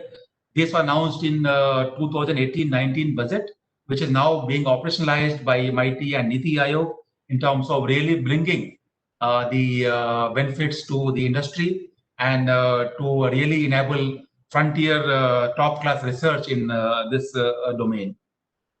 These are some of the areas where a lot of work is being done, and we really hope to really help the government departments to utilize these technologies. Some domains where now we are currently working with the concerned ministries, where we are trying to really support them to use these technologies are agriculture, where a lot of use cases are there for this technology to get mainstreamed. We can use them in crop selection, crop monitoring, in irrigation management, etc. Healthcare, where electronic health data can be one major area. Just to, already this was announced last month, but just to inform all the participants, we have launched a national digital health mission with the by the Ministry of Health and Family Welfare, where the goal is that all the health services can be brought onto a common national digital platform where all citizens can really avail these services in a far more efficient and the quickest method possible. Already this program has been launched in the UTs, 6 UTs in country on 15th August by the Honorable Prime Minister. And there one can now obtain digital health ID through this electronic platform, through this online platform, and they can discover the various health services, both from the government and the private sector, to obtain them in a seamless manner without any difficulty or without any trouble. Another area where a lot of work is being done is in education and skilling, where again these technologies, AI and machine learning analytics can really help to ensure that we can provide the most effective solutions to the students and to the educational community. We can have dynamic courseware, for example, for reskilling. We can also use technologies for delivering services to students who need help in terms of their specific needs. We can also use these technologies in environment sector for monitoring pollution levels, taking real-time action based on these parameters for interventions. Of course, national security another a big area where these technologies can play a big role in terms of improving our ability to respond effectively. So these are some of the key areas where a lot of work is being done by MIGHTY in collaboration with industry and various government departments to ensure that we can really redefine the way digital is perceived by the stakeholders, that is citizens and businesses, in terms of what government can really do for supporting the economic growth and to improve the ease of doing and living and ease of doing business for them. Let me mention about one more area, and then I would conclude after that. This area is in terms of data protection and privacy, which is one key concern expressed by stakeholders in India, and which has been a major focus of concern internationally in the last couple of years. In terms of the legal framework for data protection, as you would be aware, we have already brought the personal data protection bill in Parliament. This is now in active consideration by a joint parliamentary committee. Meetings are being held, and we hope to bring this bill to reality soon in the form of an act. And with this data protection framework in place, I hope India would really join the league of very few nations which have a cutting-edge legal framework for data protection and privacy. Also, the non-personal data framework, you would be aware, this has been now brought in public domain for consultation. The process, in fact, ended just yesterday after 2 months of public consultation. We have seen very good feedback, a large amount of feedback from both national and international organizations, giving suggestions on how this can be made better. We are now going to consider all those suggestions, and we'll come out with a draft legal framework for this as well. So with both the personal data and non-personal data framework being in place, I'm sure we would have the most comprehensive and cutting-edge legal framework for dealing with data, for data handling. Why this is important for India? I believe with data as the key enabler of innovation, we would really be able to, push our economic growth and innovation capability to new heights. And for that, enabling a framework for data handling is critical, is extremely important. The goal of these two frameworks, let me mention with emphasis, is not to hinder innovation, is not to really put barriers in terms of using data. The goal is that we should be allowing data to be handled in a responsive fashion by the industry. And at the same time, data sharing should be enabled in a legal framework so that the innovation by startups, by small firms can take place. Also, one point that's important is that at present, as you would be aware, EU, European Union, and many other countries have imposed data adequacy norms on countries to which their firms can send data. And in that environment, with these two frameworks in place, India would meet the data adequacy norms, which would help our industry in India, our IT industry, to gain more business from abroad. So it will help the industry to really get more business and grow more. So that's the whole purpose behind the entire effort that is going on for the last couple of years in MEITY. And I'm sure with support of industry, we would really be having this very sound legal framework in place. So let me conclude at this point. I'm really thankful to the CII Connect program for giving this opportunity to me to be able to speak about what MEITY is doing currently and what we plan to do for the next 5 years. I really wish all the very best to this entire event and all the very best to all the participants. Thank you very much. Thank you so much, sir. I think not only to the industry or anything, you also touched ease of living and, mass, health, so many things were dealt. Thank you for sharing all the inputs which Government of India is going to take. Now, the additional Chief Secretary could not join due to some important meeting with the Honorable CM. Now, our ELCOT MD, Mr. Vijay Kumar, who is having these 3 years experience handling our Connect. He is closely working with CII. I request him to deliver his address. Sir, short period, sir, only 2-3 minutes, sir. Already we are running late. Thank you. Thank you, thank you, thank you. I'll be very short because I'm only representing the government additional chief secretary who is on a special mission. He's been shuttling between CM's camp office and secretariat. In fact, thanks for the introduction, Mr. Ponuswamy, sir. Session chair, Mr. Ponuswamy, Dr. Rajendra Kumar, who belongs to Tamil Nadu cadet, who has given a fantastic input in this session. Thanks for that, sir. And Dr. Neeraj Mittal and Mr. Tej Paul Bhatia, who has given wonderful his inputs on this topic. A role of government in the new digital age. In fact, it is written to access high-quality digital government information and services. This high-quality digital government information services, which is what is the motto of government, to reach people, that to anywhere, anytime, or any device. This is going to be our mandate. Anywhere, anytime, any device. You can use a laptop, you use a tab, you can use a mobile phone. In fact, my office, LCOT, I'm completely paperless. I'm online. LCOT is the first office to give work from home for the government department. And I work not only on my laptop, I clear files on not only on laptop and tab, I clear my files from my mobile phone itself. I think in future it's going to be not tabs or laptops, it's going to be mobile phones. It is going to be appification of life of everybody because mobile phones have become very strong, as strong as the computer, and everybody is going to use the mobile phone. It'll be interesting to understand how the government departments are adjusting the new digital world. In fact, the digital world is making the world shrink into sizes, and we are connected to the entire world. And it is a challenge for the government to connect more to the people. The government connected more to the people. In fact, it will be a data-driven governance. Data is going to play a major role. I am supposed to deal with open government data, with the Government of India initiative, and I am supposed to be responsible for that. Open government data, I had attended a lot of sessions with Government of India.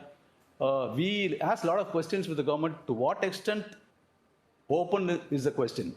To what extent open should be the government data to the public? Because we are living in a democracy, to what extent it should be open? This is a question to be addressed, keeping in mind the democratic values of our country. In fact, everybody can recollect how e-governance traveled all these years. Initially, I just remember 25 years back, it was capital E, small g. Capital E, small g, e-governance. So E was capital and G in the governance was a small letter. So E was dominating, electronics was dominating, technology was dominating, and governance had taken a backseat because people in government, they didn't understand the value of technology. So E was dominating. So the government made E as small and G as capital. So E is a mean for the end called governance. So E is only a mode for good governance. And in fact, after e-governance came the good governance.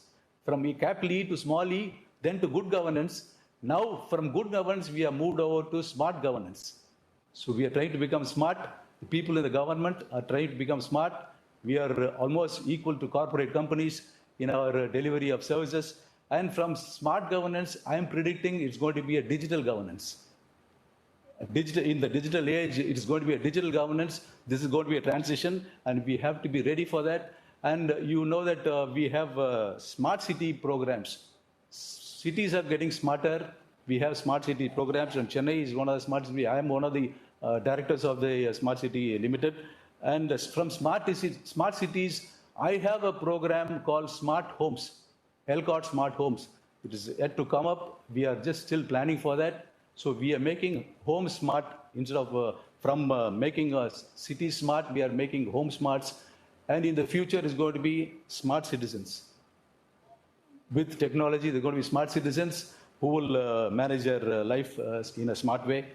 I believe validation of data is going to play a crucial role in government. We have load full of data. We have so much of data, and validation of government will play a major role for an effective utilization of technology in governance and correct delivery of government service to the people. That is, we have G2C services and also C2G interface. The citizens have to interact with the government, and we are there to serve them.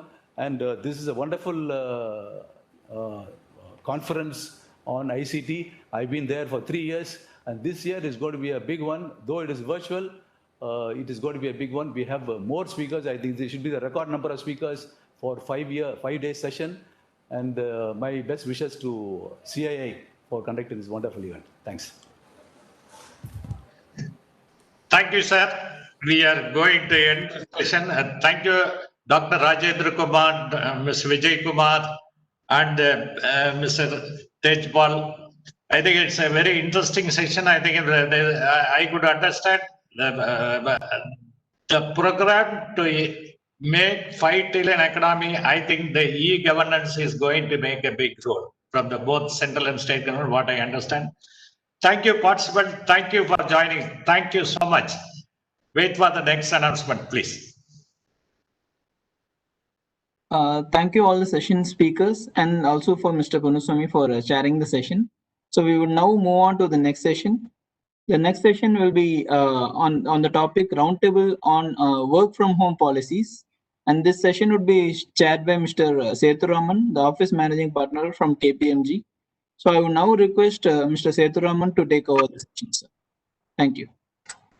Thank you. Thank you. A very good evening to all of you, and a warm welcome to this roundtable on work from home and the related policies.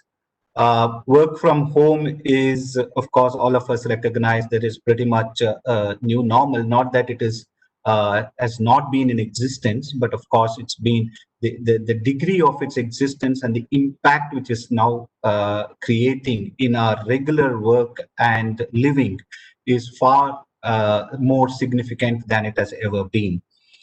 So just to sort of, of course, in a lighter vein, today we don't know whether we are working from home or living at work. But pretty much on a serious note, we have a whole host of business models which are evolving in the context of work from home. It could be, obviously, it's a coterminous existence of the physical and the digital world, but the relative mix relative to the industry with which one is working is probably what is more important. There are implications from real estate rationalizations. There are implications from HR perspective, be it the entire employee well-being, compensation models, the various models of the role plays of people within organizations. All these are undergoing significant changes, and sort of, we would be sort of failing in our responsibilities if we don't realize the extent of change that is actually happening. What is very critical in this context is, of course, are the policies stacking up given these levels of changes? These policies could be within corporates, it could be outside of corporates with the government framing new policies to facilitate the new normal, so to speak. So to deliberate all these aspects, we have a set of eminent panelists. I'll just give a quick introduction to each one of them. C.K. Ranganathan, of course, is not a new name at all, both in the CII forum as well as in our industry circles. CKR, of course, is the founder chairman of Kavincare, has been one of pioneers in the entire space of personal care products, as well as his business has expanded into various other industries, be it dairy, food space, etc. CKR also sort of extends his interest into a lot of NGO support activities as well, and his philanthropy is pretty well known. We are very delighted to have CKR amidst us to share some of his thoughts on this entire topic from a business perspective. We also have Mr. Ashish Agarwal, who has joined us from NASSCOM. Ashish, of course, is the head of policy at NASSCOM, and as an industry body representing the entire set of companies in the technology space, it's very important for us to understand the thought process and how the entire NASSCOM is working with the government. Ashish has been spearheading that. Ashish, in his earliest stint, has been with the National Institute of Public Finance and Policy, where he was leading the technical assistance to the Ministry of Finance. And in his earlier part of his career, he was also an entrepreneur who co-incubated a technology-led social enterprise as well. We also have Mr. Shantanu Jha. Shantanu is the Senior Vice President of HR at Cognizant. Shantanu is, though relatively new to Cognizant, he has spent 17 years with IBM in various roles, and his areas of responsibility have been on workforce planning, employee relations, diversity and inclusion, the entire leadership development and succession planning.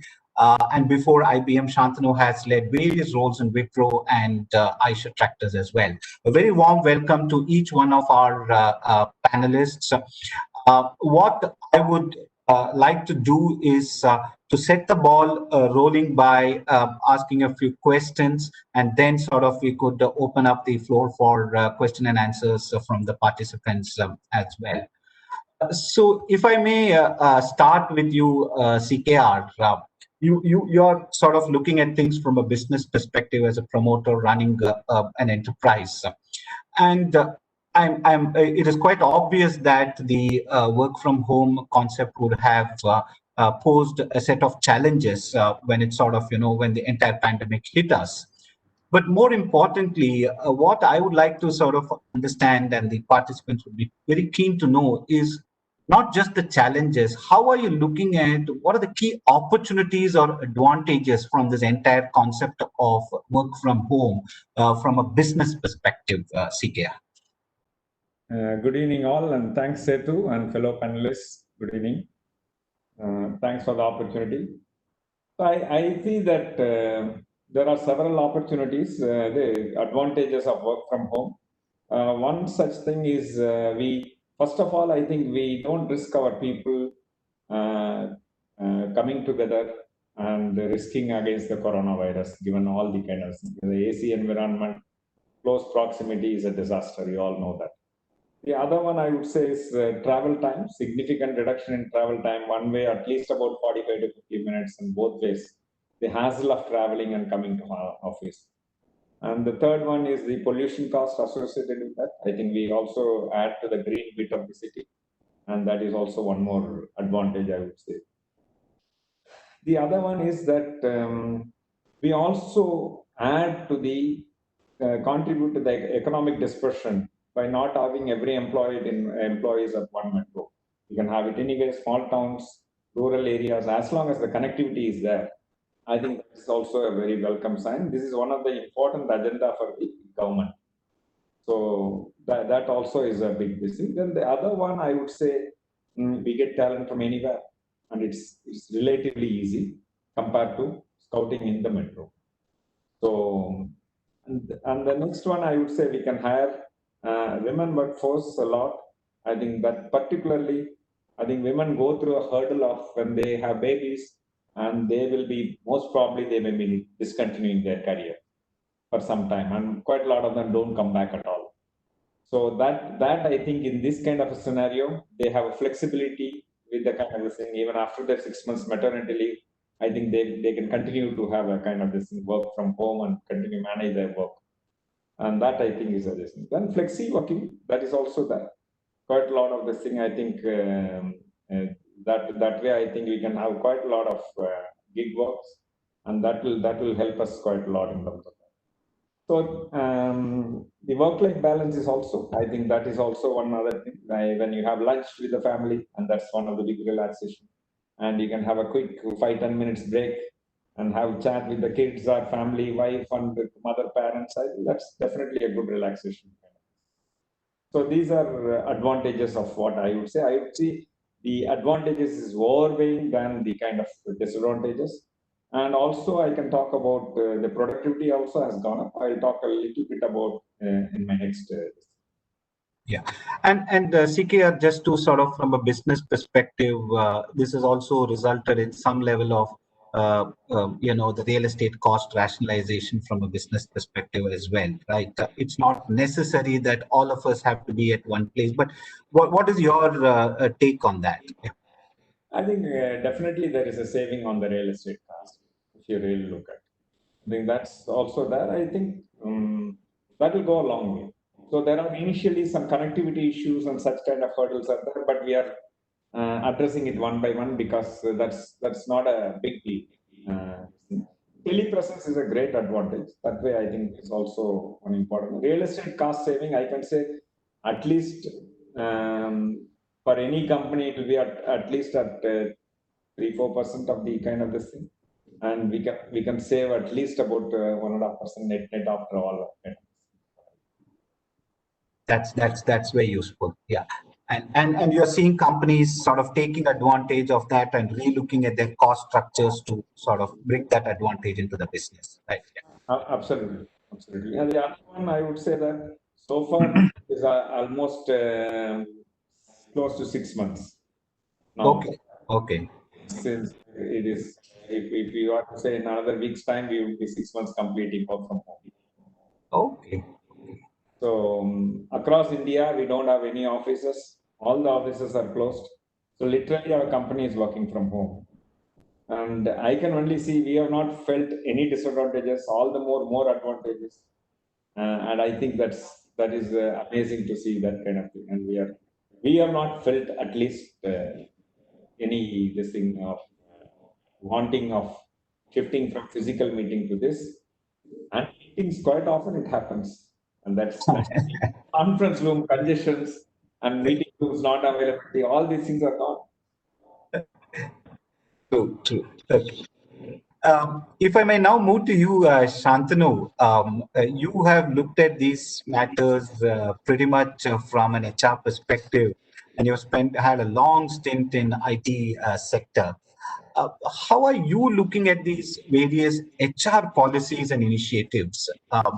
These could surround matters relating to some of the aspects which CKR spoke about, employee well-being, employee connect. We are talking about connect today in a connect forum, but what about employee connect, the training, relook at compensation structures? How are you seeing organizations look at HR policies and initiatives in this area? That's a great question. First of all, thank you and good evening to everyone. So let's go back a bit. When we started this whole journey, it was quite unknown. We did not know what we were getting into. We were in a global pandemic situation. We did not know how this is going to shape up in future. We are a couple of months down and still forming, as we see that, it's a lot of unknown still. Government regulations, lockdown restrictions, client deliverables. So everything put together. HR policies play an integral role in bringing functions together and providing unified guidance. That's how we thought about this whole how HR can lead this whole policy from a policy point of view. So there are a couple of important aspects. So we are in the people business, so it is important that as we're getting to remote, there is a step about getting to remote. We have to enable the remote working with laptops and all infrastructure part. To worry about how the managers are they enabled, because everybody's coming to office, they had to different way of working, so we had to come up with programs to enable our managers and people who lead people how they will work in this remote environment. It's really important, how do we enable them. Then the next point was about leading with empathy. So that was the whole idea. We got to make sure. So in fact, in April, we gave additional money to our associates to tackle with some of these things. We came up with policies in the benefit space where we said added medical leave because either you or the family member. We added this. We came up with insurance programs which would help if you're in a situation like this, because mental health was very important for us. Like we wanted to make sure that we give the basic comfort. then worry about the mental health part of it, where we launched lots of programs and we partnered with external vendors from a well-being point of view. Policies have to be holistic. It should be able to provide resiliency, all the nuances we wanted to consider, and it should be easy. And I should say this, still we are adapting actually. As we are seeing changes, we are constantly adapting. Now, it's not carved in stone. We have made it a point that we are always listening to what our employees are saying. We're always listening what our clients are saying, and constantly formulating policies and programs which are going to enable. We onboard lots of people. They all came to an office. Suddenly we have migrated to complete remote. Infrastructure we have to support. Training modules had to be done for our new onboarding. We have people who have worked in the company for a couple of months. They've never met a person from the same organization face to face, but they are working. So that is the new norm if you think about it. And it is genuinely hard. So how do you make it softer? Is by enabling your people managers, people who lead and leaders. And we wanted to make sure that we put those right principles and objectives in place. And it is helping. And we are learning. So we are still learning. So the key is constantly watch and keep making progressive changes in our policy, which is adaptive. Okay. That's very interesting. That's it. And I think the sort of speed at which organizations reacted to a completely different thing, it's pretty impressive. Of course, the IT companies had an inherent advantage to this, but I think the concept of empathy, which you spoke about, is absolutely fantastic. Yeah. Ashish, NASSCOM is at the heart of all the policy advocacy, and you have been at the heart of this. So from a NASSCOM perspective, how has the sort of interactions been with various government departments on matters relating to policies, be it the Department of Telecommunications or the SEZ rules, because these are all matters which have direct impact on how organizations can actually implement work from home concepts within the company. So any thoughts which you can share with us on the entire policy aspects of it, Ashish? Yeah. So in fact, on a lighter note, we have been interacting with government over the years and with different ministries, center, state. But when this COVID thing happened, in fact, it really improved the level of interaction. One, we were all online, so the accessibility to government was suddenly much more easy, because a lot of the bureaucrats, even senior people, they are not able to, devote their time in a manner. The calendar management is quite difficult in some sense. So I think that was the first thing which changed.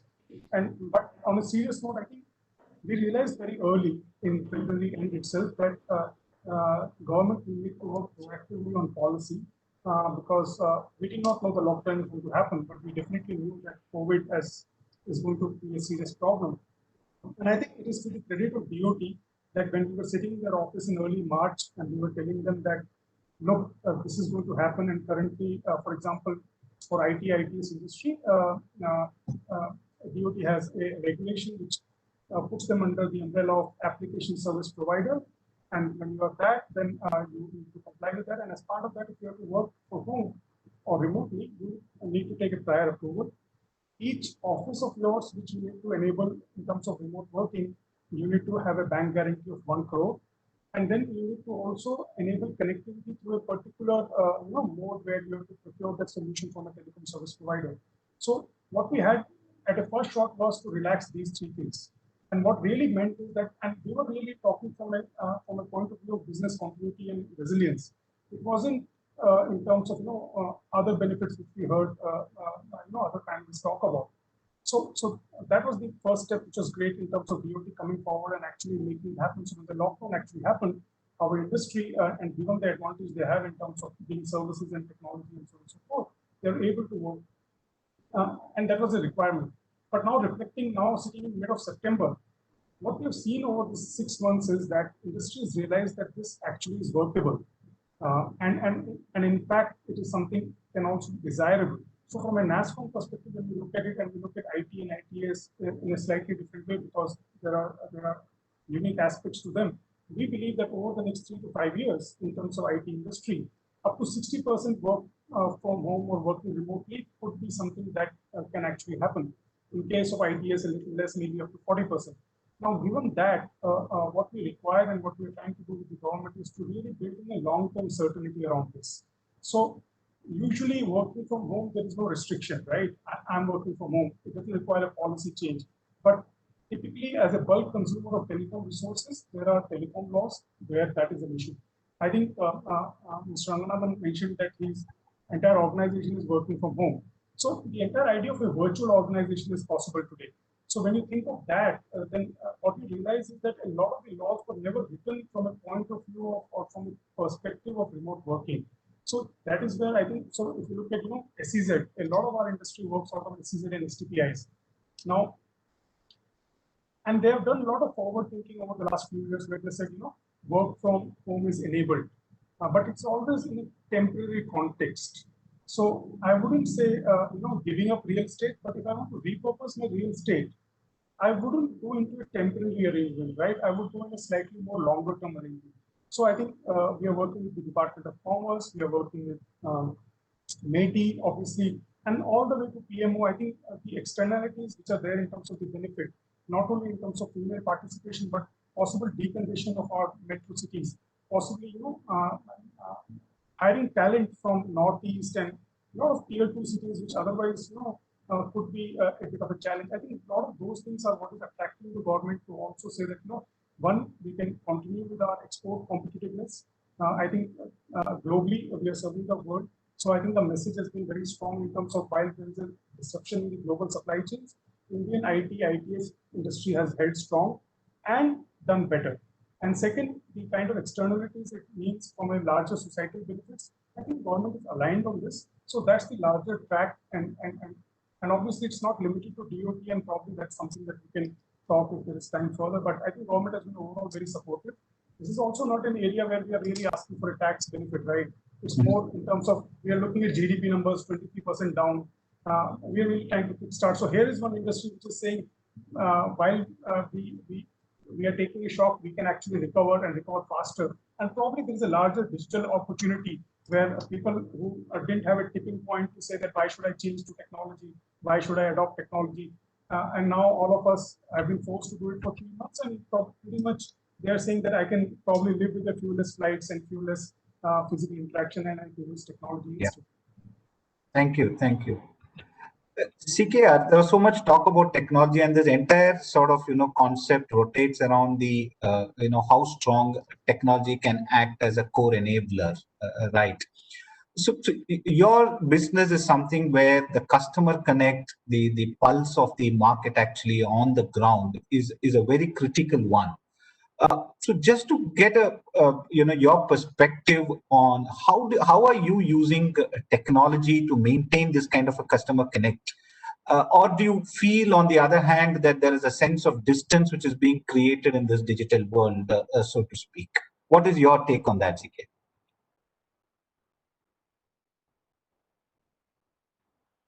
CKR, you're on mute.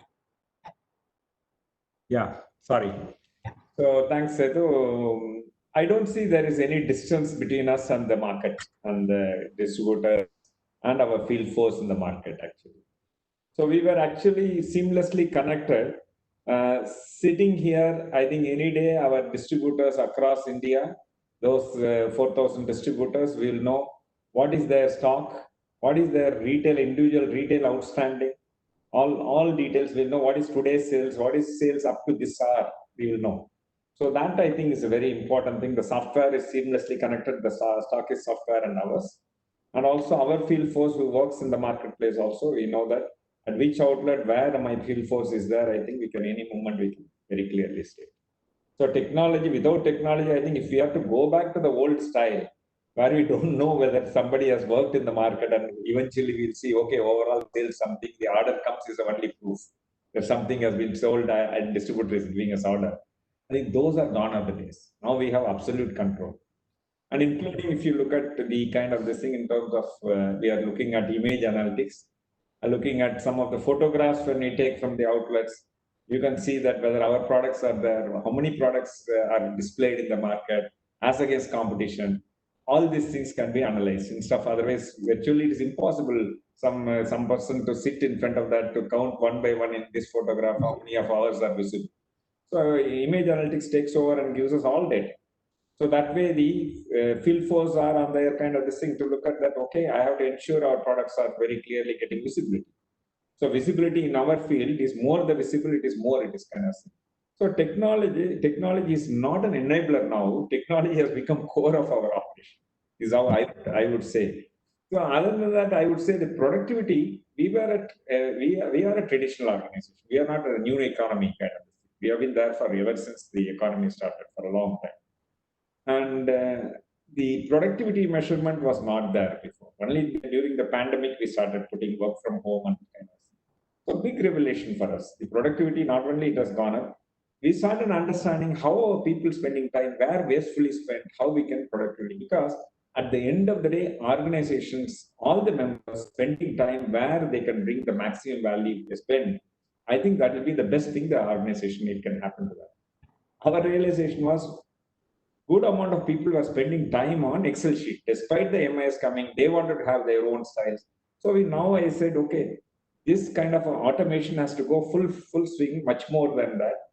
And earlier it used to be paperless office, paperless. For the last 10 years, we have been working on, it's all happening, but still it'll erupt somewhere. Now it has become automatic, no paper, nothing. Everything has become digital. All of a sudden, 6 months time, pandemic has completely changed the whole company for us. I can say that. So that way, I think technology has become a major enabler for us. Not only enabler, core of our business. If we remove technology out of us, I think it will be a disaster for us. So that's the way I would say. And also, significant departure is from process dependence, monitoring the process. All these are highly possible with technology. In another kind of the old style, I think it's very, very tedious to see whether it is process is adhered or not. Now it's all completely automatically enabled. You can't afford to skip a process. So to some extent, this concept is also pushing people to get into a more technology-oriented way of functioning, which is therefore you're saying, and also has a positive spin-off as far as productivity is also concerned. I think that's a very, and the customers are, the more you use technology, the more you are knowledgeable about the customers, irrespective of what the physical distance is in that sense. Absolutely, absolutely. I think one of the ways, if you look at, I myself as an individual have grown so much because when I started analyzing my own time, using technology, how I spent my time from the calendar. So if you imagine if that happens across the organization together and you put how the whole organization and spent, where it spent and all, it's amazing, something very, very important to learn, whether we are spending in the right direction, whether we are spending in the past or we are spending in the future is very important. Yeah. Shantanu, just a quick, CKR touched upon productivity. Very quickly, any perspectives on newer tools which are from an HR perspective? How are organizations looking at productivity? In which direction are they looking at? I'll give a slightly. So let's in short, employee production has definitely seen a marginal increase during COVID. On the lighter side, what I joke with people is bed to your desk story, right? So you have the computer, there's not much happening outside. So basically working. So it has definitely gone up. We are also monitoring this very closely. Our annual leave consumption has gone down. In the long run, as a company, we have to see, as organizations, we have to see there is a linkage, between productive hours versus, the well-being and productivity. There is a linkage. We got to be very focused on it. For especially our women leaders and employees, it is important that they are juggling multiple things as well as delivering. So, just to keep it short, I think there is more we have to see in this space and make sure that we are taking the right steps as a policy and program in the organization to drive balance, right? Right balance is extremely important. And that's what we say, that our utilization, we see this has gone up, but leave is also going down. So where is the right balance, right? Well-being is important. And that's why my original point was empathy and leadership in empathy is important, where we balance this thing better as we keep going forward. Thanks. And last, we are running short of time, so I will quickly, Ashish, just a touch on, you briefly mentioned about the longevity of some of the policy changes. Labor laws has been a problem for us in this country, right, in one sense. So is this a good pause moment for all of us to reflect whether there needs to be directional change in this? And as a policymaker, advocate, what is your thought on that? And a very quick set of comments, please. Clearly, I think the technology, even from the employee perspective, it's become so much of personalization that the entire idea that you could have one set of common regulation. For example, we have something called standing orders, which has incrementally crept up from industrial laws to now apply to state to the IT sector in some of these, at least in some of the states. So I think the fact that we have labor codes, which are code of wages, has just been passed, and some other codes at the advanced stage, and they've made good progress. But this is a time when we are working with the government to say that can we do a review, one quick review to say that from a point of view of a blended work model, which is going to be the future, the law should recognize that, and that is the discussion that we are having. So I think that's something that that needs to be reviewed. That I think removing physical presence, paper filing, all of that is very common in a lot of laws. I think that requires a review. And just what Shanti was saying, I think today we were having a chat in NASCOM, and what we were thinking is, one day compulsory leave for all employees within NASCOM. So I think we have a task force on future of work, in fact, now, which is more inward looking within the industry, what it means from a point of view of cybersecurity, from a point of view of client data protection, and so on and so forth. So I think this is something has a lot of policy focus, and it's good that the government is aligned on this and working closely. Thanks a lot, Ashish. And with that, I think we are running out of time. So therefore, I would like to thank all the panelists for very valuable inputs and some takeaways and to-dos for the policymakers as well. So with that, I will hand it back to the organizers. Thank you. Thank you all speakers for taking your time and for your addressing in this session. I also thank Mr. Sethuraman for moderating the session. So we will now move on to the next session, which is a virtual fire chat on the strategy to create an electronics manufacturing ecosystem in Tamil Nadu. And for this session, I now request Mr. Raghuveer Srinivasan to take it forward. Thank you, sir.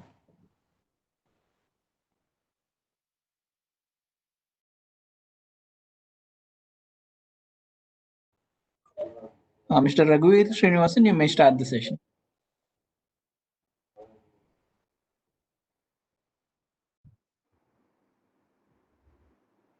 Yeah, good evening, everybody, and we are set for an interesting session now with Mr. Sean Beryl of HMD, better known for all of us as Nokia. Mr. Beryl is already familiar with you all, having addressed the morning session. But to give a quick introduction to Mr. Beryl, he's the founder and director of HMD Global since 2016, when the company was established to create a new generation of Nokia branded devices. Between 2012 and 2016, Mr. Beryl founded and led consultancy Connecting Partners SA, a venture capital firm, Ginko Ventures, and Smart Connect, a venture capital fund that targeted the telecom sector. After studying mechanical engineering at École Nationale Supérieure des Arts in Paris and Stanford University, Mr. Beryl began his career as a research engineer in 1981 in his native France. He then spent 2 years as operations manager for oilfield services giant Schlumberger, moving on to lead the supply chain for the PC division at Hewlett-Packard from 1984 until 1994. Mr. Beryl became procurement director at Compaq in 1994, where he worked under the direct leadership of Apple CEO Tim Cook before being hired into Nokia Corporation in 1999 as Senior Vice President and CPO. Under his leadership, Nokia's supply chain was recognized in 2007 by AMR Research as the best in the world. And Mr. Beryl has also won a 2010 EIPM Peter Kralik Award for Excellence for Organization of the Year. Welcome to the session, and good evening, or should I say good afternoon, Mr. Beryl. And you're sitting in Geneva and joining us from there. So welcome to the session. Am I audible to you, Mr. Beryl?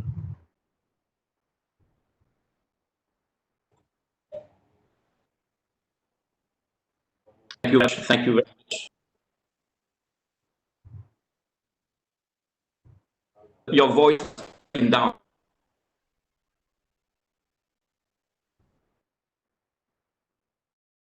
I haven't yet started the questions. I was just introducing you, Mr. Beryl. Is my voice right okay now?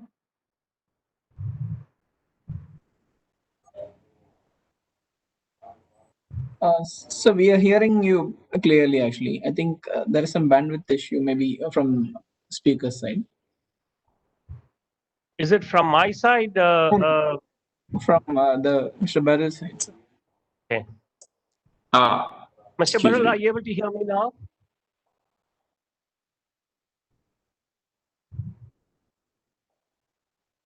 I can hear you very Mr. well. Beryl?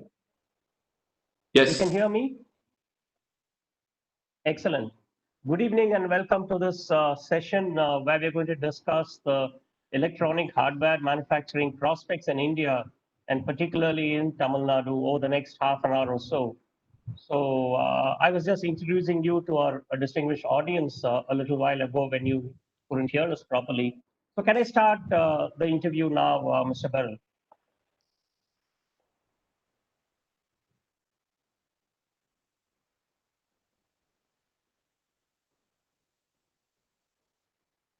Mr. Beryl, are you able to hear me? You on the last second, but I was not able to. After you say you have used me, and I've introduction, and I would like your introduction. But after that, I did not understand. Hear the question or the. You want me to open by some opening remark? I will ask the questions now. I haven't yet started asking the questions, so let me start now. Very good. There is a fundamental reset of global supply chains that is now on in the electronics manufacturing industry. Where do you see the industry headed in this context, especially given the global economic downturn due to the pandemic?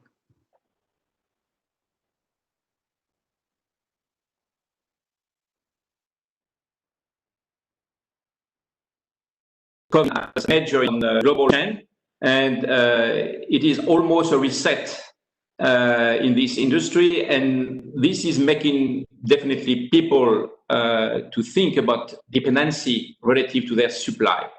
So people are becoming more and more sensitive to where the supply is coming from and insurance of supply.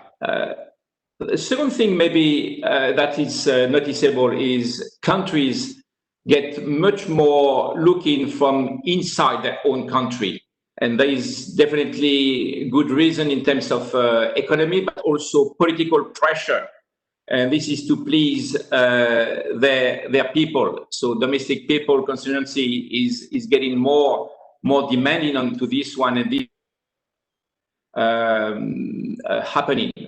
What I can see also is a tremendous boost, as it has been discussed at length, and digitalization of the business, and I'm sure, and this also some positive aspect. What I can see also in many perspectives and many elements, I can see that acceleration of the between the East and the West. It's very clear that the world continues to be divided. and more severely between Europe, America, and I would say India, and then the rest represented and headed by China. So from this aspect, in getting also some opportunities. Then we get the rise of growth centers which offer, of course, large customer base and competitive cost structure. And I believe in this case, incredible opportunity to play its full. So basically, this is in a nutshell what I can observe on the market and in the economy at the moment. So it's definitely well connected and related to the topic of this session that we're having today. Great. That's a nice bird's eye view of the state of affairs of the electronics manufacturing industry worldwide now. I now move on to a more specific India question. As a foreign investor who is a major player in the Indian market, what is your experience of electronics manufacturing in India, particularly in Tamil Nadu, where your plant is based?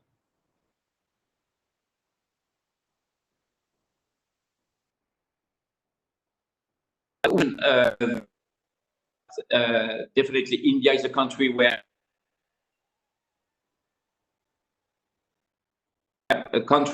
passion is very vibrant. This country is definitely India. As I said also this morning, my experience continues to be incredible people, vibrant people, young population, and huge population also, very well educated and extremely passionate.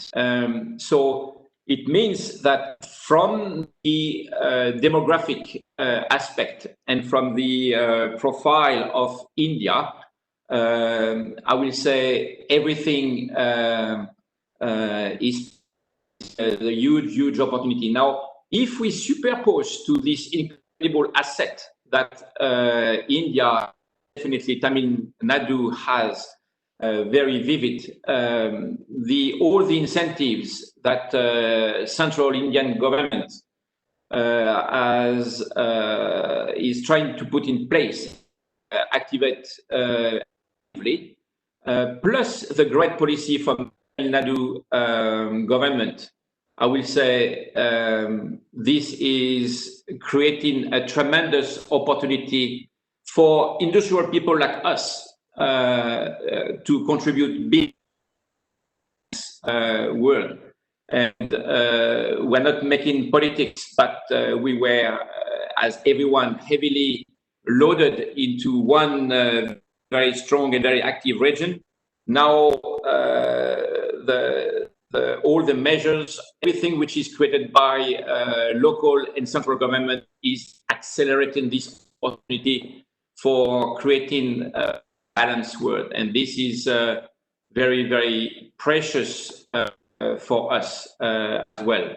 But there is one caveat into what I say. I think everything is set to be a winning recipe. The thing that we need to crack, it's really supply chain. Is okay. I'm much more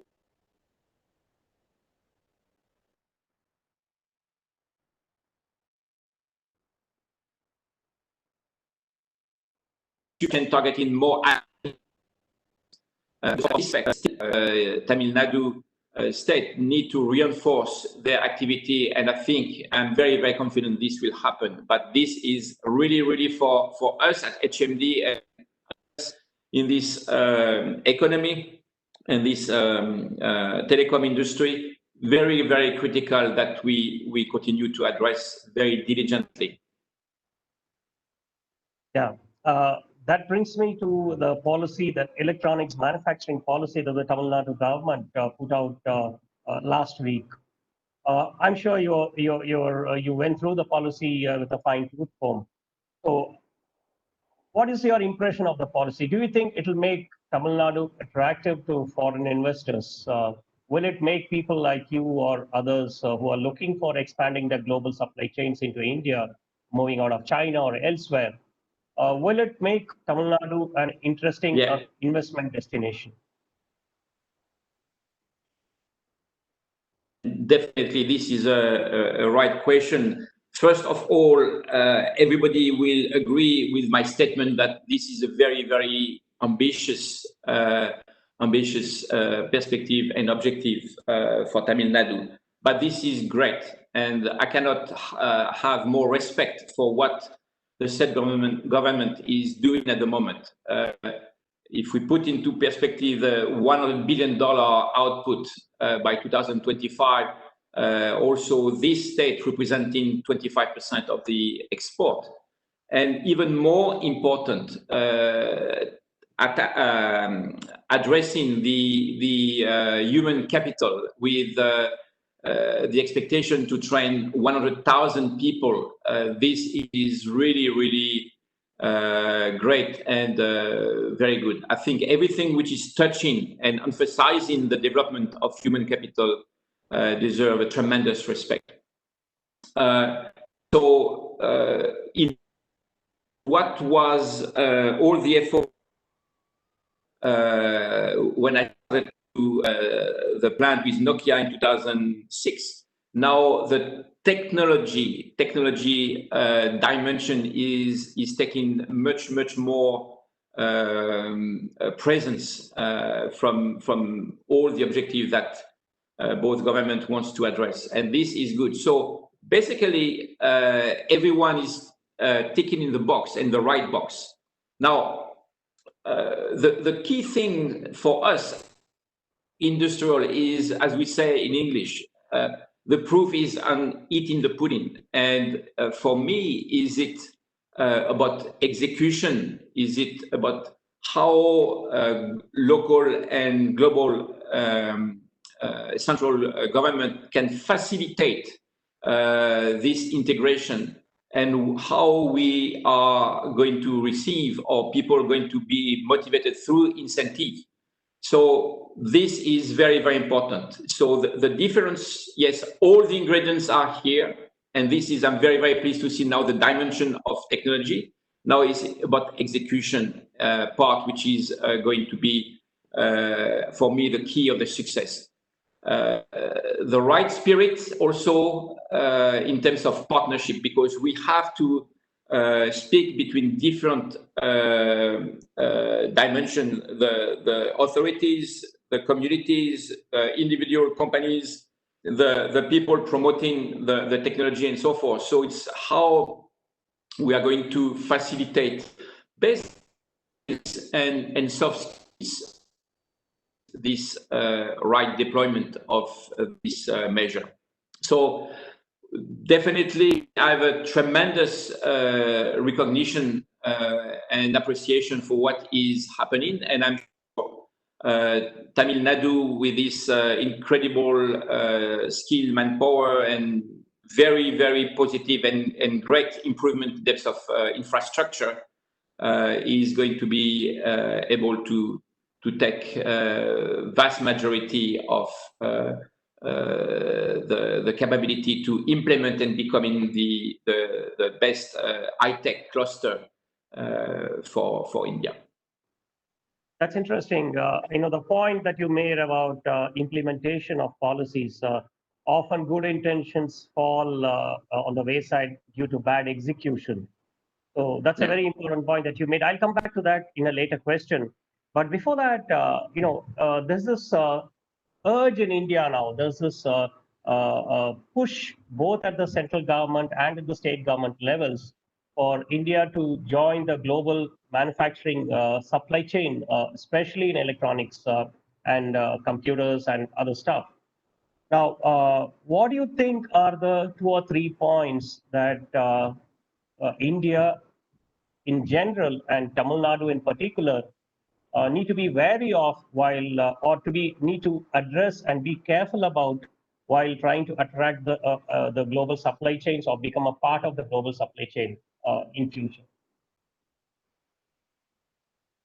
Yeah,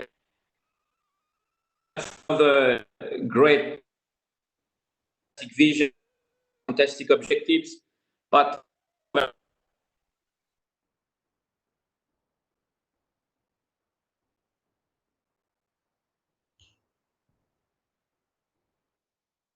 So the business leader, what do we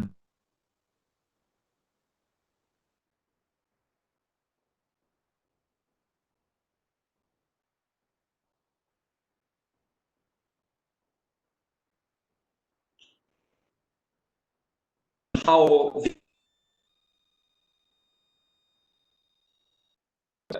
measures are going to be valid today, tomorrow, and after tomorrow. So I think this is feeling secure and be reassured that what their investment is for long term. That's the number one. I think predictability. The second one I will put, and everywhere I talk, I'm in partnership.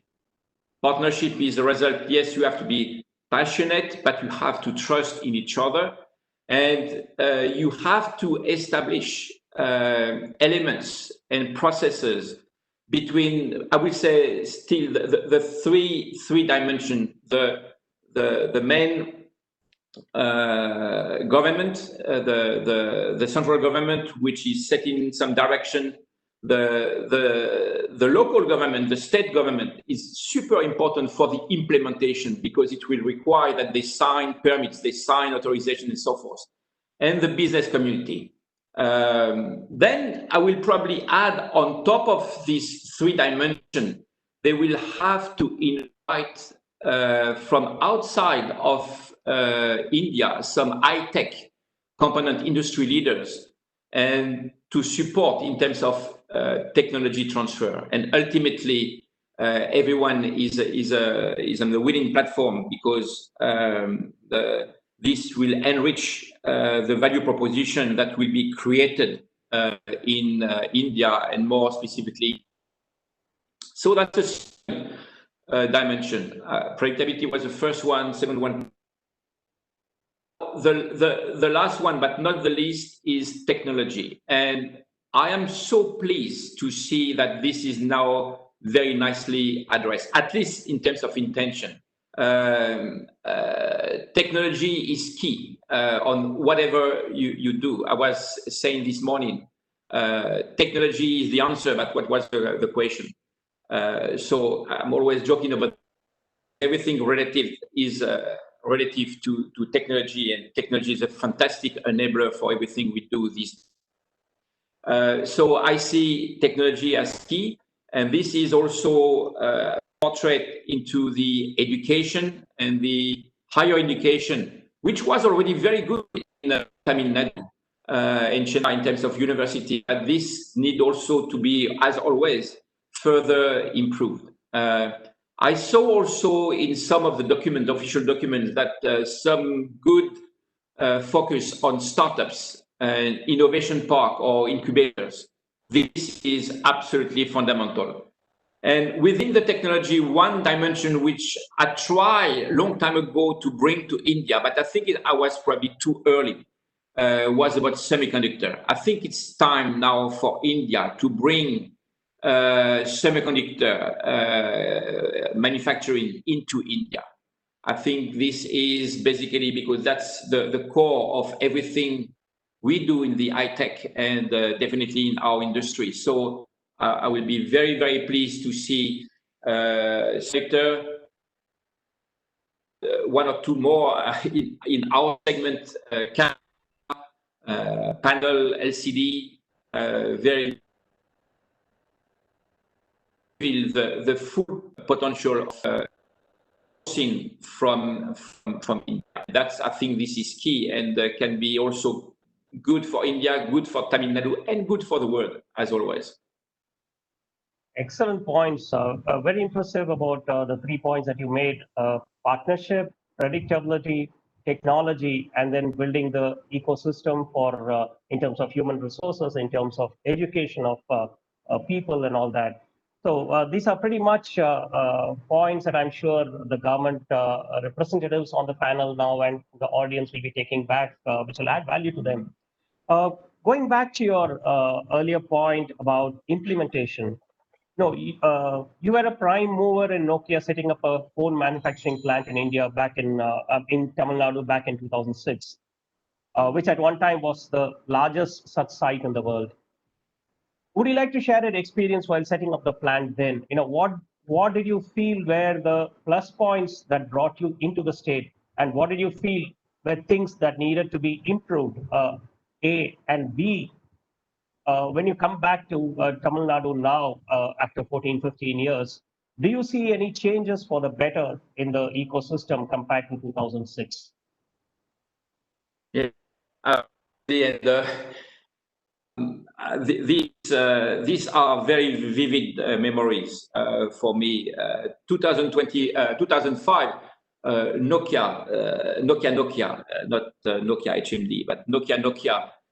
We were having, we were expanding so fast. We needed to have a new factory, and definitely because of the geography, because of the population, because of the market. Remember, at some point, we even reached 75% market share in India, and it was very quick for us to make a decision that India is a destination where we build our next factory.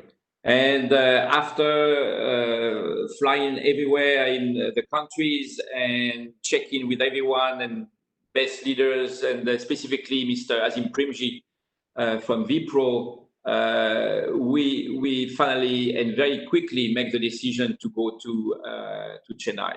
And I think we were super happy and very, very delighted that we decided to go over there for many reasons, in terms of manpower, in terms of infrastructure, in terms of the cooperation with the state people and so forth. So this was very good. We signed the MOU with the state government in, if I remember correctly, in April 2005, and just after 5 months, we were able to get the ground opening for this factory. So this means that this is amazing. I mean, this is amazing that just 5 months and you create one of the largest factory, probably the largest factory in the world. And the first time somebody implemented the factory for mobile phone in India. And not only that, but this factory was efficient and productive immediately. After 1 month, 1 million. After 10 months, 10 million. Just out of imagination. On top of that, we complemented this factory to make sure we secure heavy components and difficult components. So we built within the SEZ a campus to serve this factory. And what was very, very important is not only this was a massive factory, very rapidly it became the best factory for Nokia. And Nokia, we were having a factory everywhere in the world, in South America, in Europe, in Asia, everywhere. And now India was, within time record, the best cost, quality, and productivity factory for Nokia, including very, very complex things. At this time, believe me, it was not a given, because yes, building the factory is okay, but we were running just in time, just 3 days of inventory. And when you run 3 days of inventory, you need to have an incredible infrastructure to support. If you don't have inventory, you drop basically from the outside component inside the factory, and a very, very precise regulation. And despite, at this time, 2006, the infrastructure of Tamil Nadu was very different from what I've observed this year when I came. And it is very refreshing to see that local government has taken that very seriously and dramatically improved the infrastructure. So you can imagine today there will be no excuse to even beat what we have been able to do in the past. Excellent. That's very nice to hear your experiences and of setting up the plant. My own recollection of the Nokia plant in 2006 when it came was the kind of jobs it created for Chennai and for Tamil Nadu. the thousands or tens of thousands of jobs that it created, especially for the underprivileged sections of society, and for women folk, rural women folk, semi-rural women folk who came to work in these plants in a high-tech job, and they were trained by Nokia. Now, is this something that is unique that you have noticed? You have plants, you've worked in companies all over the world, you've been in physical locations.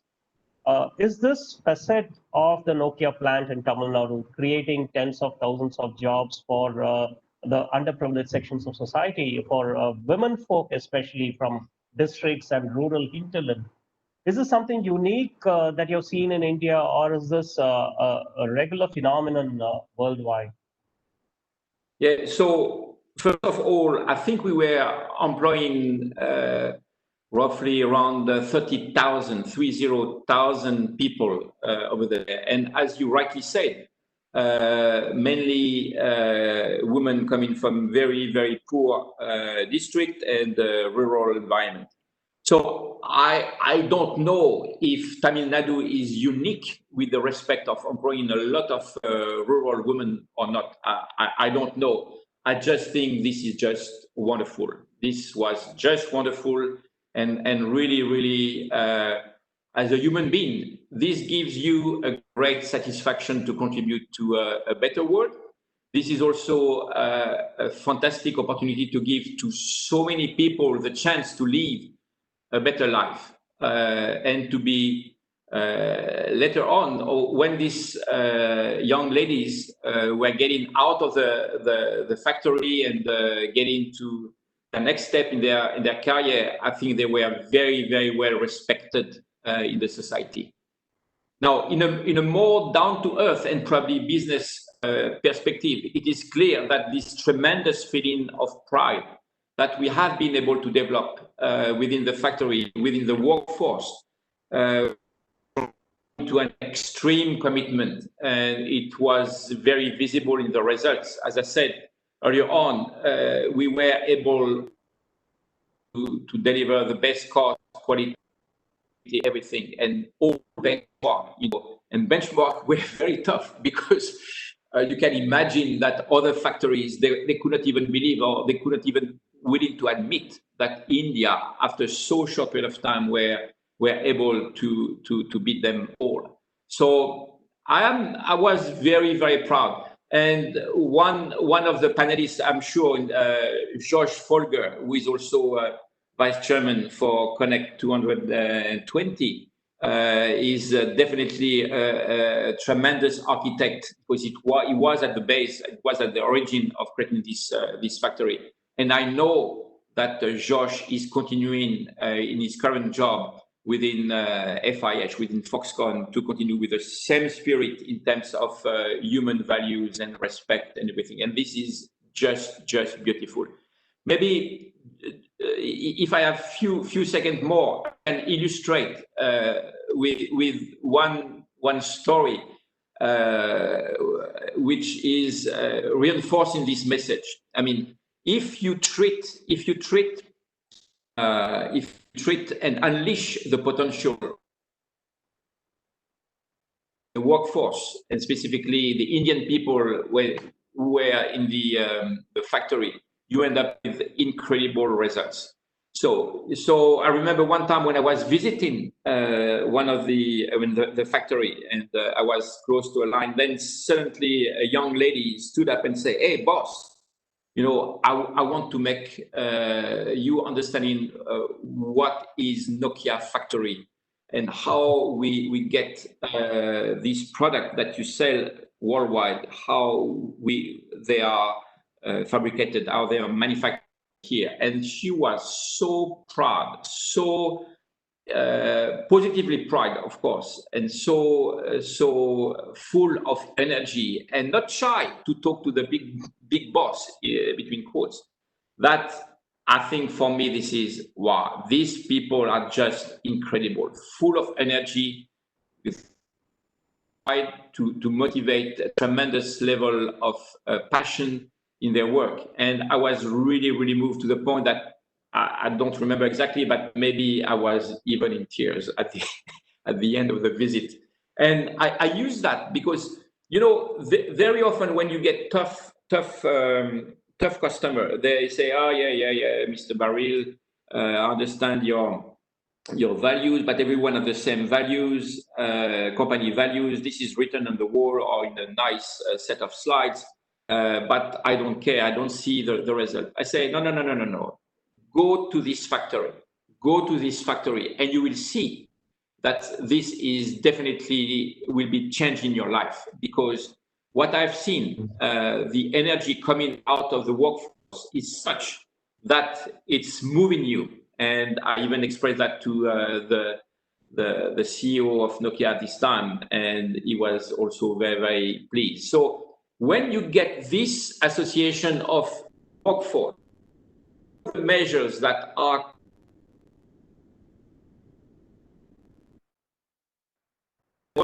balanced, I strongly believe, yeah, and more specifically, Tamil Nadu get an incredible opportunity to be one of the winners of this situation and to build the next step, the next version of industrial high-tech cluster. And that's why I always say, and I don't say that because I'm talking to Indian people. Believe me, you can ask any one of my friends, any one of my network, I will be the same. I'm passionate about India, and I think this is for the good reason. This is not about blah, blah, blah. This is because I've seen the real India, which can produce incredible things. And I'm very fortunate that I've been exposed to that, and I will continue. You can count on me to continue to become a firm promoter of India and Tamil Nadu ecosystem for making, creating, sourcing, making, and hopefully very soon exporting out of India to the rest of the world.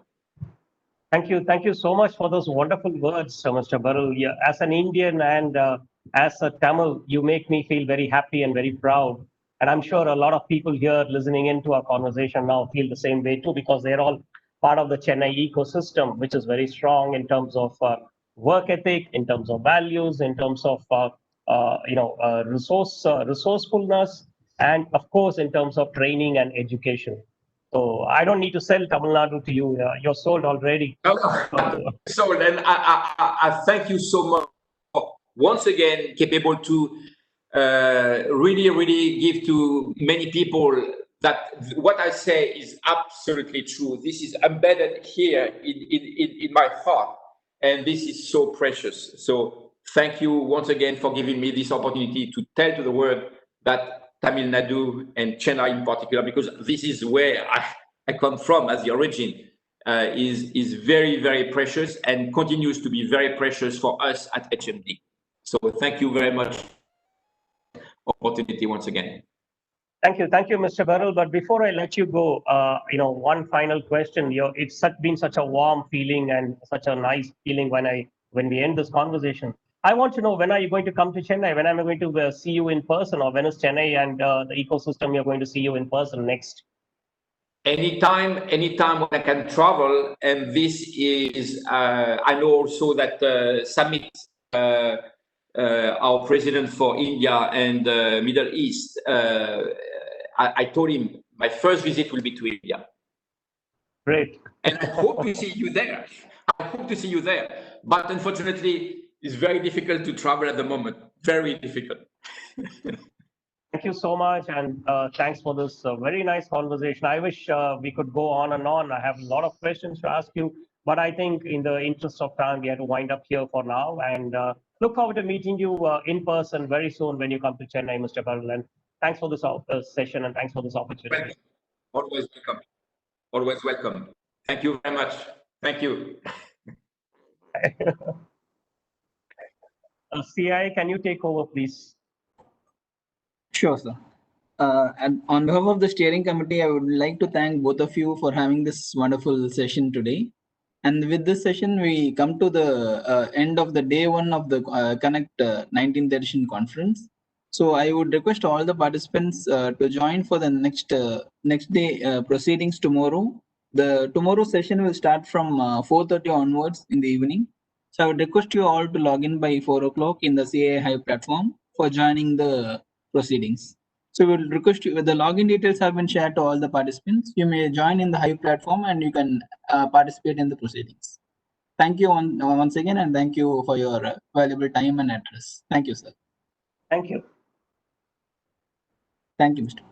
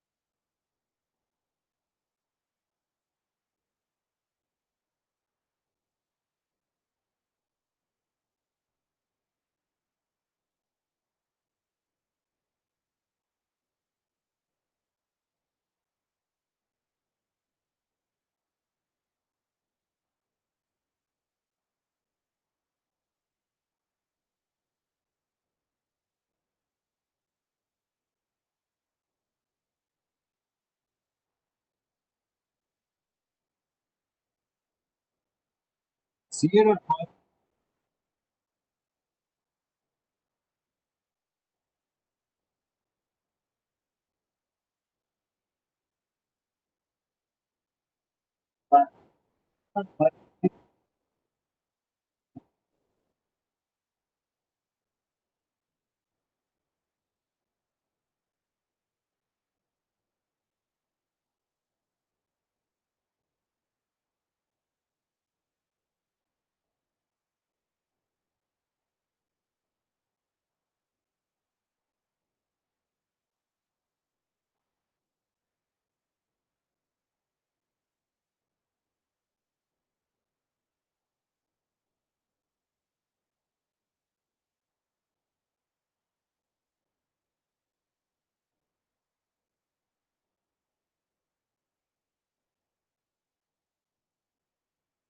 Okay.